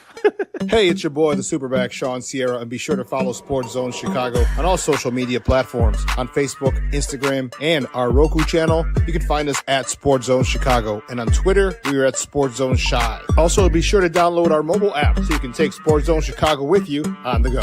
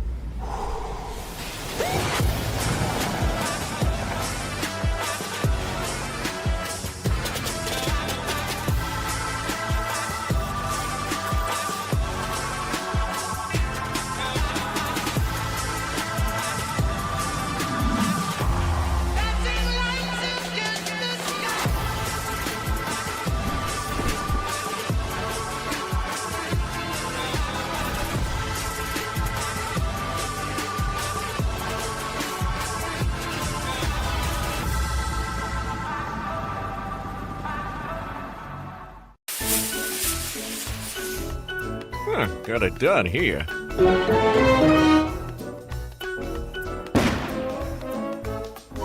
Ouch!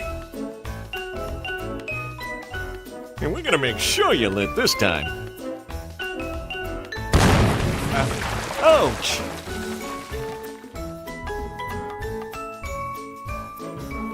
You're not gonna get me this time. Ow, Manny! Whoops!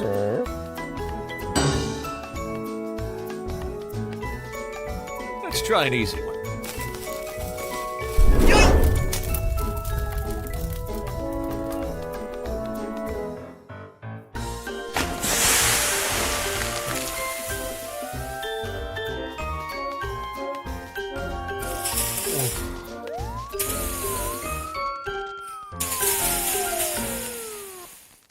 Every day, we take steps to keep the people we love safe, but some health risks are easy to miss.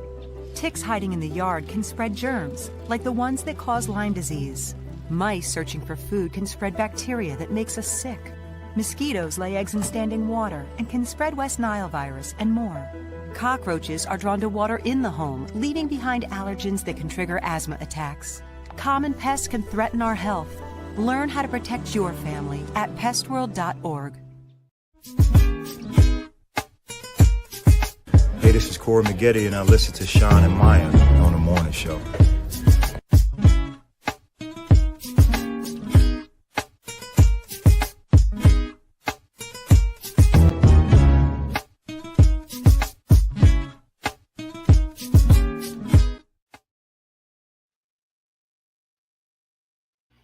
Welcome back to Second City Sports on the hashtag Bears Victory Monday.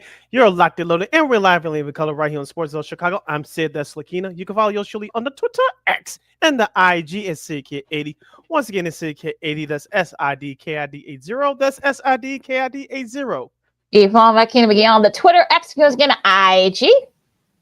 This is our sports potpourri segment. This is our last show for the week, possibly, and that's our last segment of the show for today. So, if you have any last-minute questions or comments in our sports potpourri segment, including that 31-28 Bears victory from yesterday over the Pittsburgh Steelers, not Stillers, you can definitely hit us up at Sports Zone Chicago's Facebook page or at Sports Zone Chicago on YouTube. Type in those questions or comments in the comment section. LaKeena will get the opening screen for you. Well, yeah, we haven't decided whether or not we're going to do a show Wednesday. It might be a short show. So, but again, we'll figure it out. We'll let you know. We'll let you guys know. Coming down the pike here. Now, go on to college football. This past weekend. Let's see. North Carolina State beats Florida State. UNLV, no trouble with Hawaii. Those are Friday's games. I'm going into Saturday's games. You've got Rutgers, no trouble with Rutgers. I should say Ohio State, no trouble with Rutgers, I should say. A&M, Texas A&M, no trouble with Stanford. UGA, no trouble with Charlotte. Now, Oregon, and this is actually very irritating. I watched this game in its entirety. Oregon pulled away from USC. Dante Moore had 257 yards and 2 TDs. Noah Whittington had a rushing TD. On the flip side, Jordan Malava, 306 yards and 3 TDs, but also two interceptions, so that definitely cost SE and some drives there. And now Oregon's now in the driver's seat to, perhaps maybe, it's left to be decided in the Big Ten title game.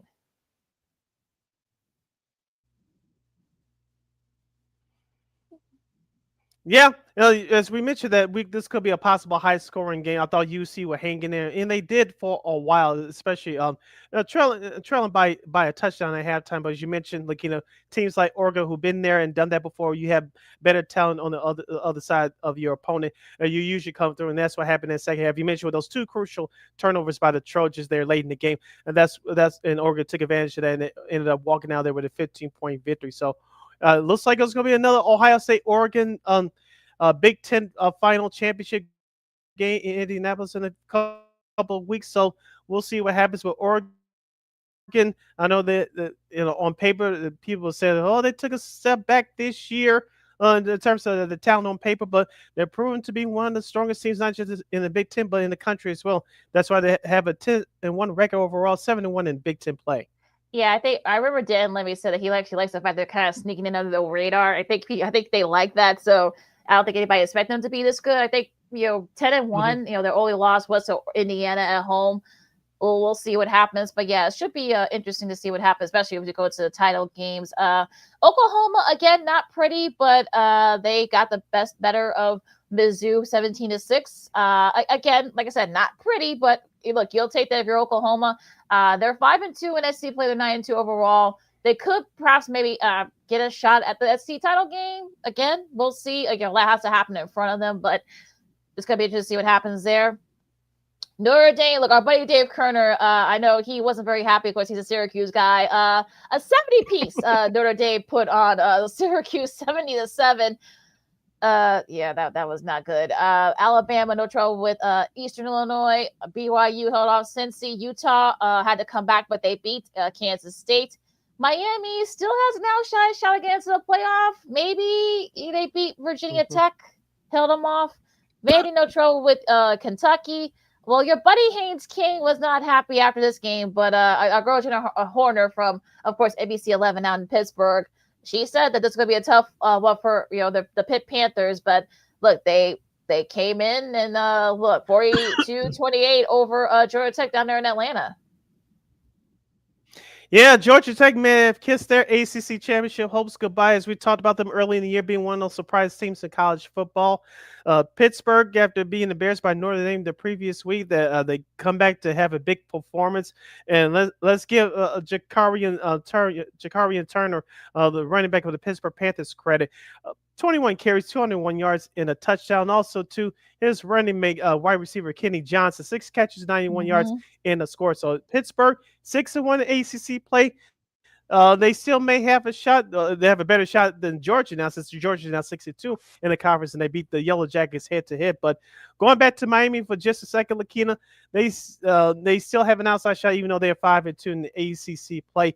Carson Beck did for him struggling the last few weeks. He played much better, 27-32, 320 passing yards and 4 touchdowns. And of course, their star wide receiver, Malaki Tony, had 12 catches, 146 yards and a touchdown. So Miami still making their last case now, 92 overall, 5-2 in ACC play. Could we just see what happens, especially when those rankings come out tomorrow? Texas needed a basketball score, but they hold off Arkansas. Michigan, no trouble with Maryland. Tennessee, again, had to hang on, but they beat Florida for, I think it's like the 3rd straight year they've beaten Florida. Illinois, they crapped the bed. Number 21, Illinois, they lose to Wisconsin 27-10. And I was talking to a good friend of mine, Steve Cliston. He actually went to Indiana. He's from Indiana. He's from Big Ten country. And he felt that Illinois was a little bit overrated. And I have to say that, especially the way they played in their losses, he is right. Carter Smith, I think, looks like I think Luke Fickle might have found his quarterback. Yeah. He threw for 75 yards. Darian Dupree, 131 yards and 2 rushing yards and 2 TDs. So, yeah, Illinois couldn't slow him down. Luke Allmeyer, 248 yards. And he had the lone touchdown for the Fighting Illini, but it was all in Wisconsin. Yeah, the Illini's rush defense was terrible, as you mentioned. The running game for the Fighting Illini was to be forgotten. And for Wisconsin, I know it's been a terrible year for them. 2-6 have been to play, 4-7 overall, but they beat Washington almost about a month ago. Now they at home, and now they're beating Illinois at home. Even though Wisconsin has been a tough year for the Badgers, those 2 wins they can hang their hat on. Hopefully, they can build on that for next year and to get better players into their program.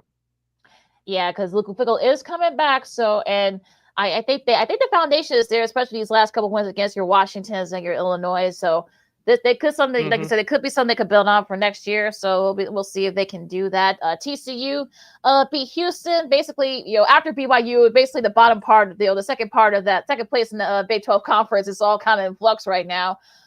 Tulane beat Temple. Arizona State 42-17 over Colorado. I know Arizona State has been struggle. They're 83 and such and 6-2 in Big 12 play, but that once to their credit though, Colorado did score. They did lead after the first quarter, but it was basically all Arizona State after that. Yeah, and for the Sun Devils, give their quarterback Jeff Sims some credit. 11 to 24, 206 yards and 2 touchdown passes, but a big day from their star running back Raleek Brown, 22 carries for 255 yards and a touchdown. So Arizona's running game was clicking on all cylinders from the second quarter on. Out to Wrigley Field, Northwestern beat Minnesota. It was actually a pretty entertaining game to make themselves bowl eligible. Yes, it was. 38-35. Drake Lindsey, 264 yards and 4 TDs. Preston for Minnesota. Preston still had 2 TDs, 305 yards. Caleb Nowluck had 129 yards in the TD. And so it was really the defense, for Northwestern. They made a big stop late, and that kind of clinched their 6th win and bowl eligibility. We thought that this was going to happen. I told you I thought this was going to have the Northwest was going to have a chance to get a bowl game this year. And when we had Dave Revson on back in August, and yours truly was right. Northwestern won their 6th game of the year. And as we said on the show, I said on the show last Friday, Preston Stone was going to have to step up and have a big performance. Well, he did. 25 for 30, 305 yards passing, 2 touchdowns. But Caleb Komolafe, the Wildcat star running back, 22 carries, 129 yards in the score. And also to Hayden Elijah II, 7 catches for 127 yards. So unlike last week with the Northwestern's offense, couldn't put the Wolverines away. It was the defense that backed up the offense for the Wildcats from this past week. So congratulations to the Wildcats program. They're bowl eligible for 2025 with a 38-35 win at Wrigley. Even though that game was not a complete sellout, LaKeena, there was still some empty seats, especially in that upper deck. But Wrigley Field looks nice for football. I wish the NFL would work it out for the Bears to play one game there, but I don't think that's ever going to happen, unfortunately.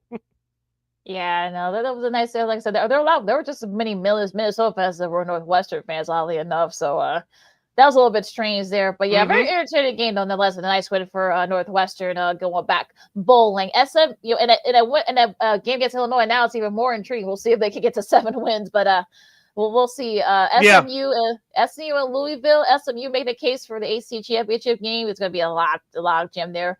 Kansas. Well, basketball season's on. They lose to Iowa State. Arizona held no trouble with Baylor. Just going through some of the interesting scores here. Iowa needed to come back, but they did beat Michigan State. Duke beat UNC. I'm not gonna go there with Coach Belichick. Let's see here. South Carolina and Clemson. They didn't look like their annual rivalry game. Penn State beat Nebraska.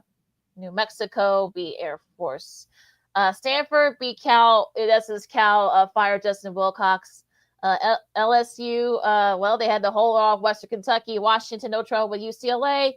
Utah State beat Fresno State. And San Diego State, no trouble with San Jose State.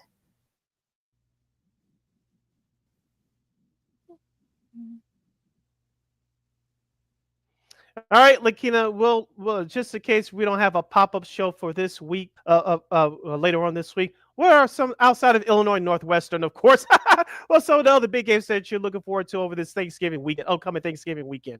Well, there's one Thanksgiving Day down in Memphis as they host Navy. That could be for a spot in an American Athletic Championship game. That might be a good one there. Both these teams are battling out for their respective divisions. Ole Miss and Mississippi State in the Egg Bowl. Now, why is that important? Well, you might hear on Friday after Thanksgiving.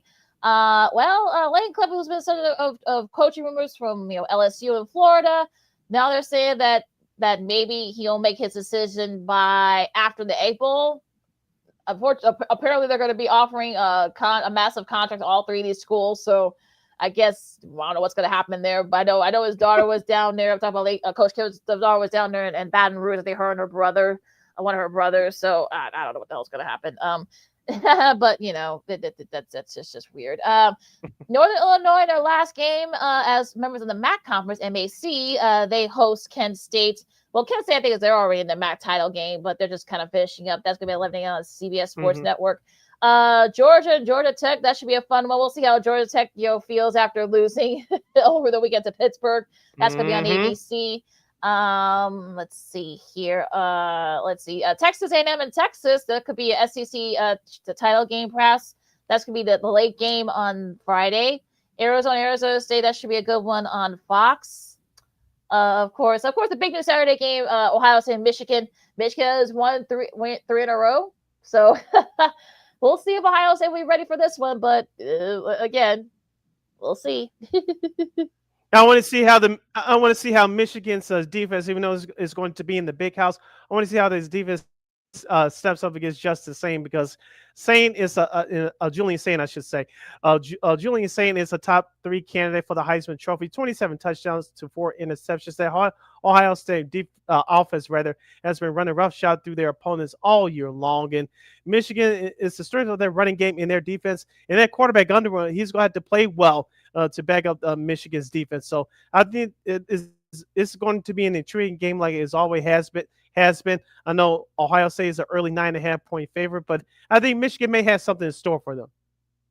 Yeah, they actually have. I think they were like 7 last year, and look what happened out there at the Horseshoe. So, I would be surprised in an upset.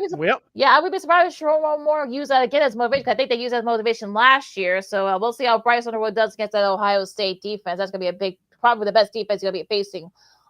He's faced all year. Miami and Pittsburgh. That should be a good one, because a spot in the ACC title game could be at stake with that one. That's going to be an elimination game no matter what. All right. Let's see here.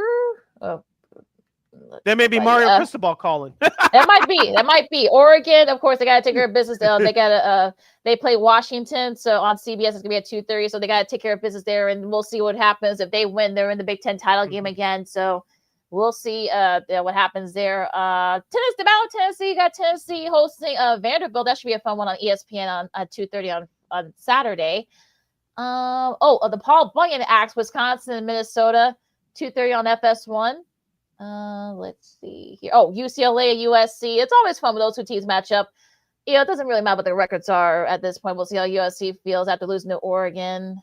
Notre Dame and Stanford. Frank Wright and his guys. I mean, again, could they give Notre Dame Oklahoma and LSU? Maybe. I mean, LSU had to hang on to beat Western Kentucky. So at least, again, this could be for a spot in the SEC title game for Oklahoma. They control their destiny, so I don't think they should have no trouble with LSU. But again, a lot has to happen in front of them for them to get a chance to get into that title game. So I don't think they're going to be able to get in. But again, we'll see what happens. I think whatever happens, I guess the Ole Miss and the Texas A&M games. I think we'll see. It's gonna be a long shot for Oklahoma. A lot has happened in front of them. Yep, in prime time. I think you will get into this game in prime time on Saturday at 6:30 p.m. Central Standard Time on ABC. Alabama and Auburn. Remember that punt return? I believe it was in 2013, 2014. We always have classic moments between these two teams. I know Auburn's going through hard times. Alabama, they're trying to secure a spot in the SEC title game as well. 92 overall, 6-1 in SEC play. Ty Simpson, perhaps the number 1 candidate for the Heisman Trophy. 22 touchdown passes to 4 interceptions on the year. Yeah, the land of the Iron Bowl, the old Iron Bowl from back in the day. I remember I always watched those old games with Bo Jackson, and of course from the 80s, and of course Alabama for those 90s, and of course the early aughts with Auburn. So yeah, could Auburn give them a game? They're only favored by, I'm talking about Bama, they're only favored by 6.5. So I guess they're gonna say that they may give them a game. We'll see. Should be interesting down there. Now, of course, the Land of Lincoln Cup, I guess they're calling it, down in Champaign. Illinois hosts Northwestern. Is going to be at 6:30 on the Big Fox Network, so they get a little bit of love there. North Carolina and NC State on the ACC Network. That's about it for most of some of the mostly rivalry games, like I said, Virginia Tech and Virginia on ESPN. That'd be a driver's seat for the ACC title. Like I said, there's a lot to be decided in some of these conferences, like the Big 12. I think BYU is in regards, but yeah, Texas Tech, they're right there as well. So a lot has to happen in front of like teams like Utah and Washington, Utah and Arizona State. They gotta hope that one of those teams lose, and then we have a shot, because it's gonna be a weird tiebreaker situation. I'm not even gonna try to explain it because it's a long one, but yeah, there's a lot to be decided with some of these conference title games. And also to Notre Dame and Stanford. I think you talked about that earlier. Notre Dame should not have a problem with Stanford. That'll be the late game this Saturday at 9:30 on ESPN. Real quickly, Keena, your top 3 candidates for the Heisman Trophy. Because this, like I said, we talked about this a couple weeks ago. This field is wide open as I've seen in the last several years in a long time. I couldn't tell you. I said Ty Simpson, at least according to most people, that he's the likely number 1 candidate. But I feel like that this year it hasn't been.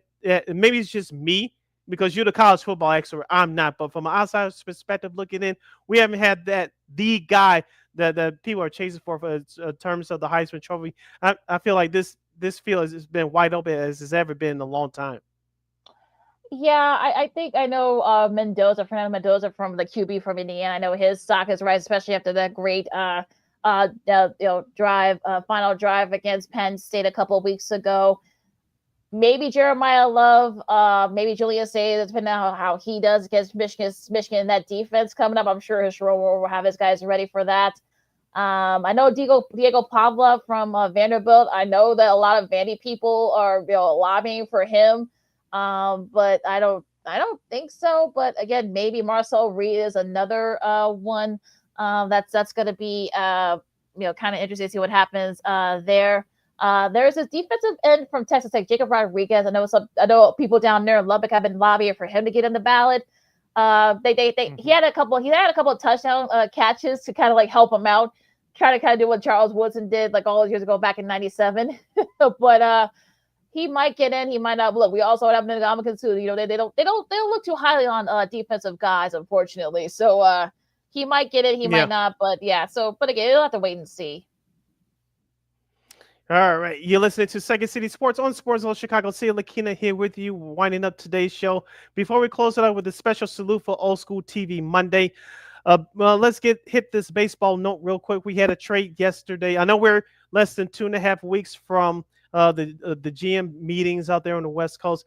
The Cubs signed a reliever over the weekend, but it was a big trade between the Texas Rangers, I should say. I'm thinking of hockey. The Texas Rangers and the New York Mets. Yeah, this was a kind of like a trade that kind of came out of nowhere. And I'm kind of like, okay, I'll explain. We'll explain this a little bit because I know some people were kind of like caught off guard with this trade.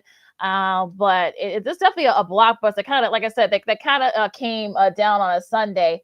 The Mets is more for them on the Mets side too because they acquired Marcus Semien from the Rangers. And that's really that kind of threw a lot of people off guard a little bit because they trade. I'm talking about the Mets traded Brandon Nimmo, who's their longest tenured Met, one of the most popular players on the team. Mm-hmm. Excuse me. And for Semien, that solves their second baseman issues out there for them. But you wonder kind of like what's the mindset of this? But again, you never know what the Mets are thinking. So who the hell knows?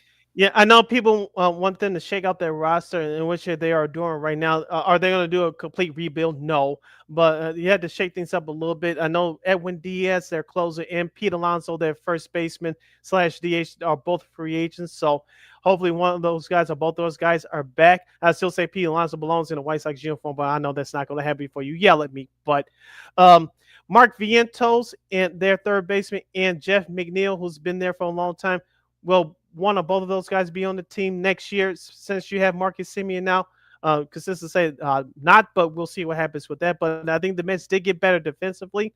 I know Marcus Semien has been struggling with his bat for the last couple of years. I know he has a championship ring with the Texas Rangers from 2 years ago, but I think with his glove, he'll help the Mets defensively with Francisco Lindor.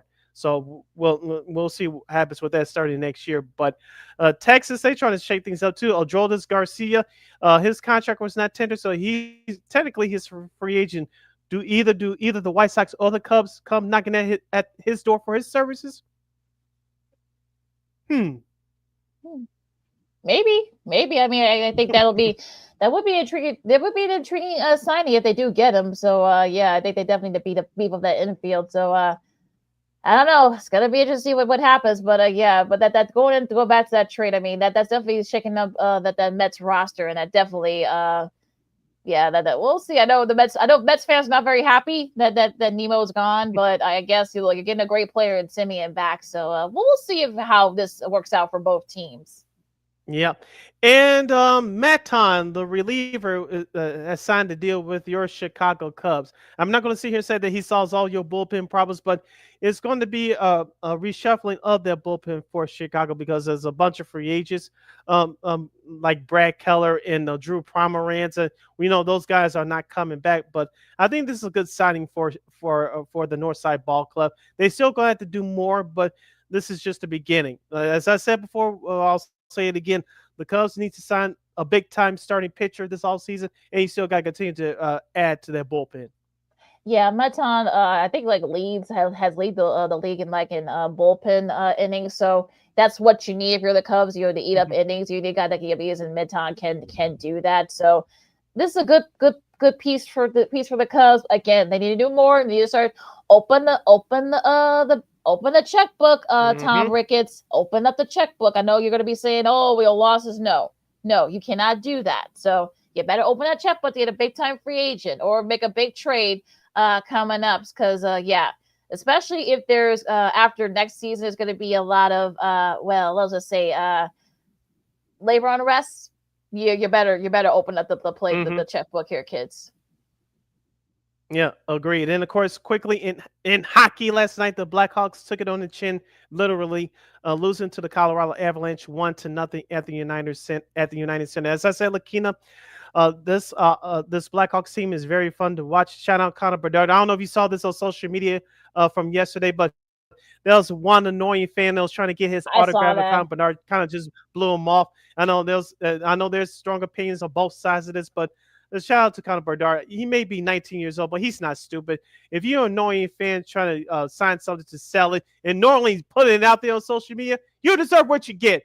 Shout out Connor Bedard. Leave me alone. You annoying bastard. I'm glad that I'm glad that guy that posted. I know he tried to get some sympathy, but tell me that fan is annoying bum. Yeah, that fan who posted that. I'm like trying to make him look bad, but dude, you're an idiot. Stop it. Yeah, you look stupid for posting. For trying to post that just to try to get sympathy. Boy, get out of here.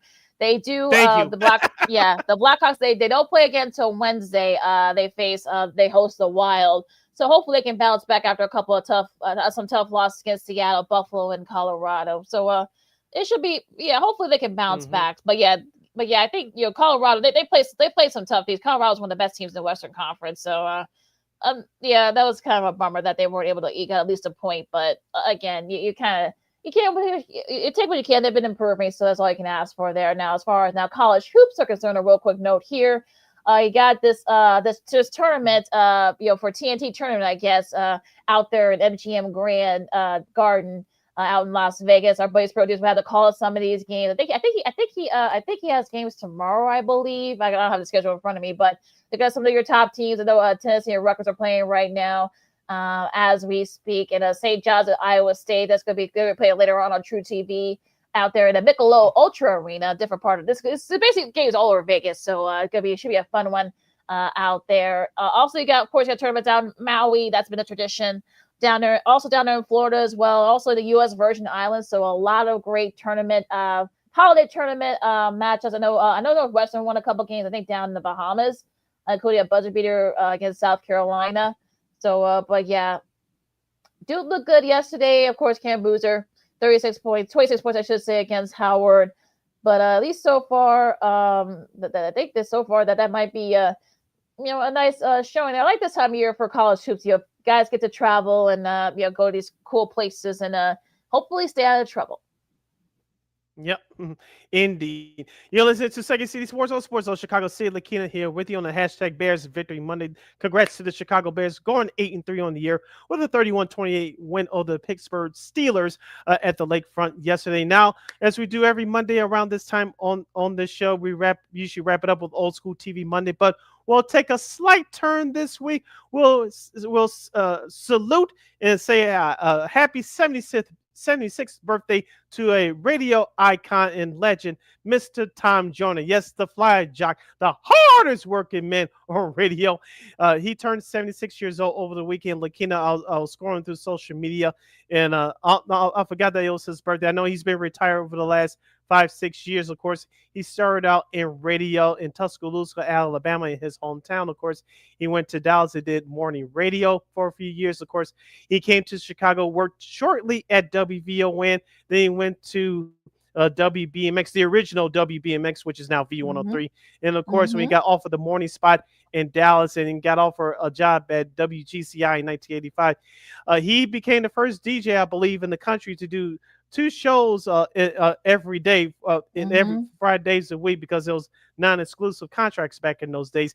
He did the morning show in Dallas from 5:30 to 9 a.m.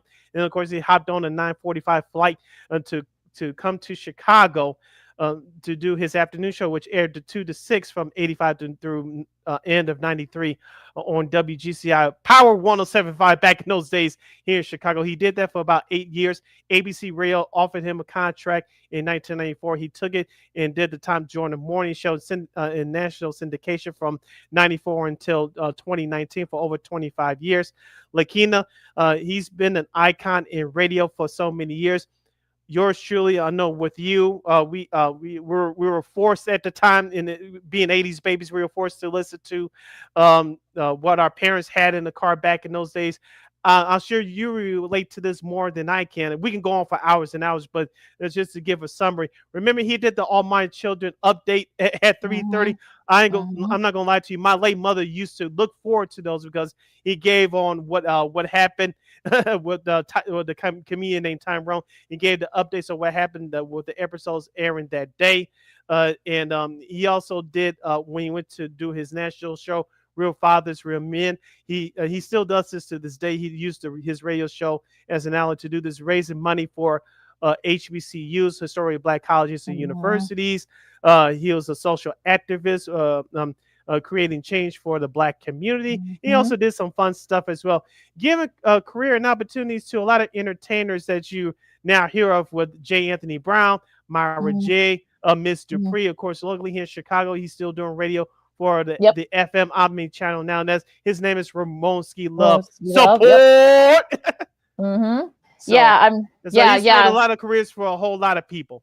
Yeah, and he's still pretty active too. I know he still does occasional stuff, but he's still doing a lot of advocacy group with his health. Of course, as you guys remember, he suffered a stroke back in 2020, which affected the left side of his body. But look, he's still moving around. He's in a wheelchair, but he's still not letting that stop him. He's still doing his thing, stuff, doing this with his foundations and through advocacy groups and whatnot. So he was one of those guys that definitely, look, I think, in high school and, the early 20s, he was like the guy on Chicago radio. He was also a national voice for like a lot of Black entertainers and such. So he was one of those guys, he's a philanthropist since he's in the National Association of Black Broadcasters Hall of Fame, as he should be. And definitely was also a Main Street guy as well. So yeah, a lot of inner city folks, we inner city people, yes, we love him here, but yeah, he was definitely beloved all over the country.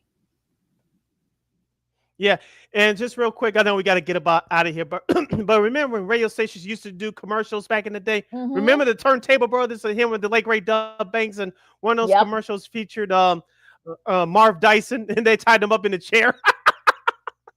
Yep, exactly. Oh yeah, I saw that. Yeah, those were classic. Oh my God, those are they kept it friendly though. That little rivalry between the two of them. So they kept it funny though. So yeah, that was actually pretty funny. But yeah, so happy birthday to Mr. Tom Joyner, as we salute for him for Old School TV Monday. Yes, and real quick, check out this interview that he did back in 1989. You could type it in your search engine boxes right here on YouTube. Tom Joyner at WGCI in 1989. He gave a lot of insights of what was going on in radio, and many of the things that he said back then relocates to what's going on now. I'll leave it at that. Absolutely. And on that note, you can follow Keenan McGee on the Twitter, X, and Keenan McGee on IG. You can follow yours truly, Sidney Brown, on the Twitter, X, and the IG at SidKid80. Once again, it's SidKid80. That's SIDKID80. That's SIDKID80. Be sure to download that Sports Zone Chicago app wherever you get your apps. Please follow Sports Zone Chicago on all social media platforms on Facebook, X, Instagram, and YouTube. And thank you very much in advance. for your support. Like, share, subscribe, and tell all your friends. Be sure to catch Second City Sports every Monday, every Friday, except for this Friday, from 12:15 to 2:15 p.m. Central Standard Time, right here on Sports Zone Chicago. One more again, as the kids would say. Be sure to catch Second City Sports live in the living color every Monday, every Friday, except for this Friday, from 12:15 to 2:15 p.m. Central Standard Time, right here on Sports Zone Chicago. And of course, you can catch Sports Zone Chicago anytime, anywhere. You can use the Thanksgiving long weekend to catch up on our show, Sean Sierra Sports, the Smoke Fellows, and so much more. If you miss an interview, if you miss a segment, don't worry. So you can catch it anytime, anywhere on the replay on Sports Chicago's YouTube channels. And you know we will provide. All right, folks, enjoy. Get those last-minute Thanksgiving shopping things happening. It was last-minute prep, or if you're traveling, that's nice. You'll check it out as well. Now, we will be back on Wednesday. Now, in what capacity? Who knows? We might be doing it pre-recorded. We might be doing something else. We haven't decided that part yet. But look, we won't be on this Friday. But I can tell you that much. All right. So first said, I'm the kids with Second City Sports on Sports Show Chicago, and we'll see you. I guess I'll say we'll see you later. I guess when we see you. Yeah. Holla.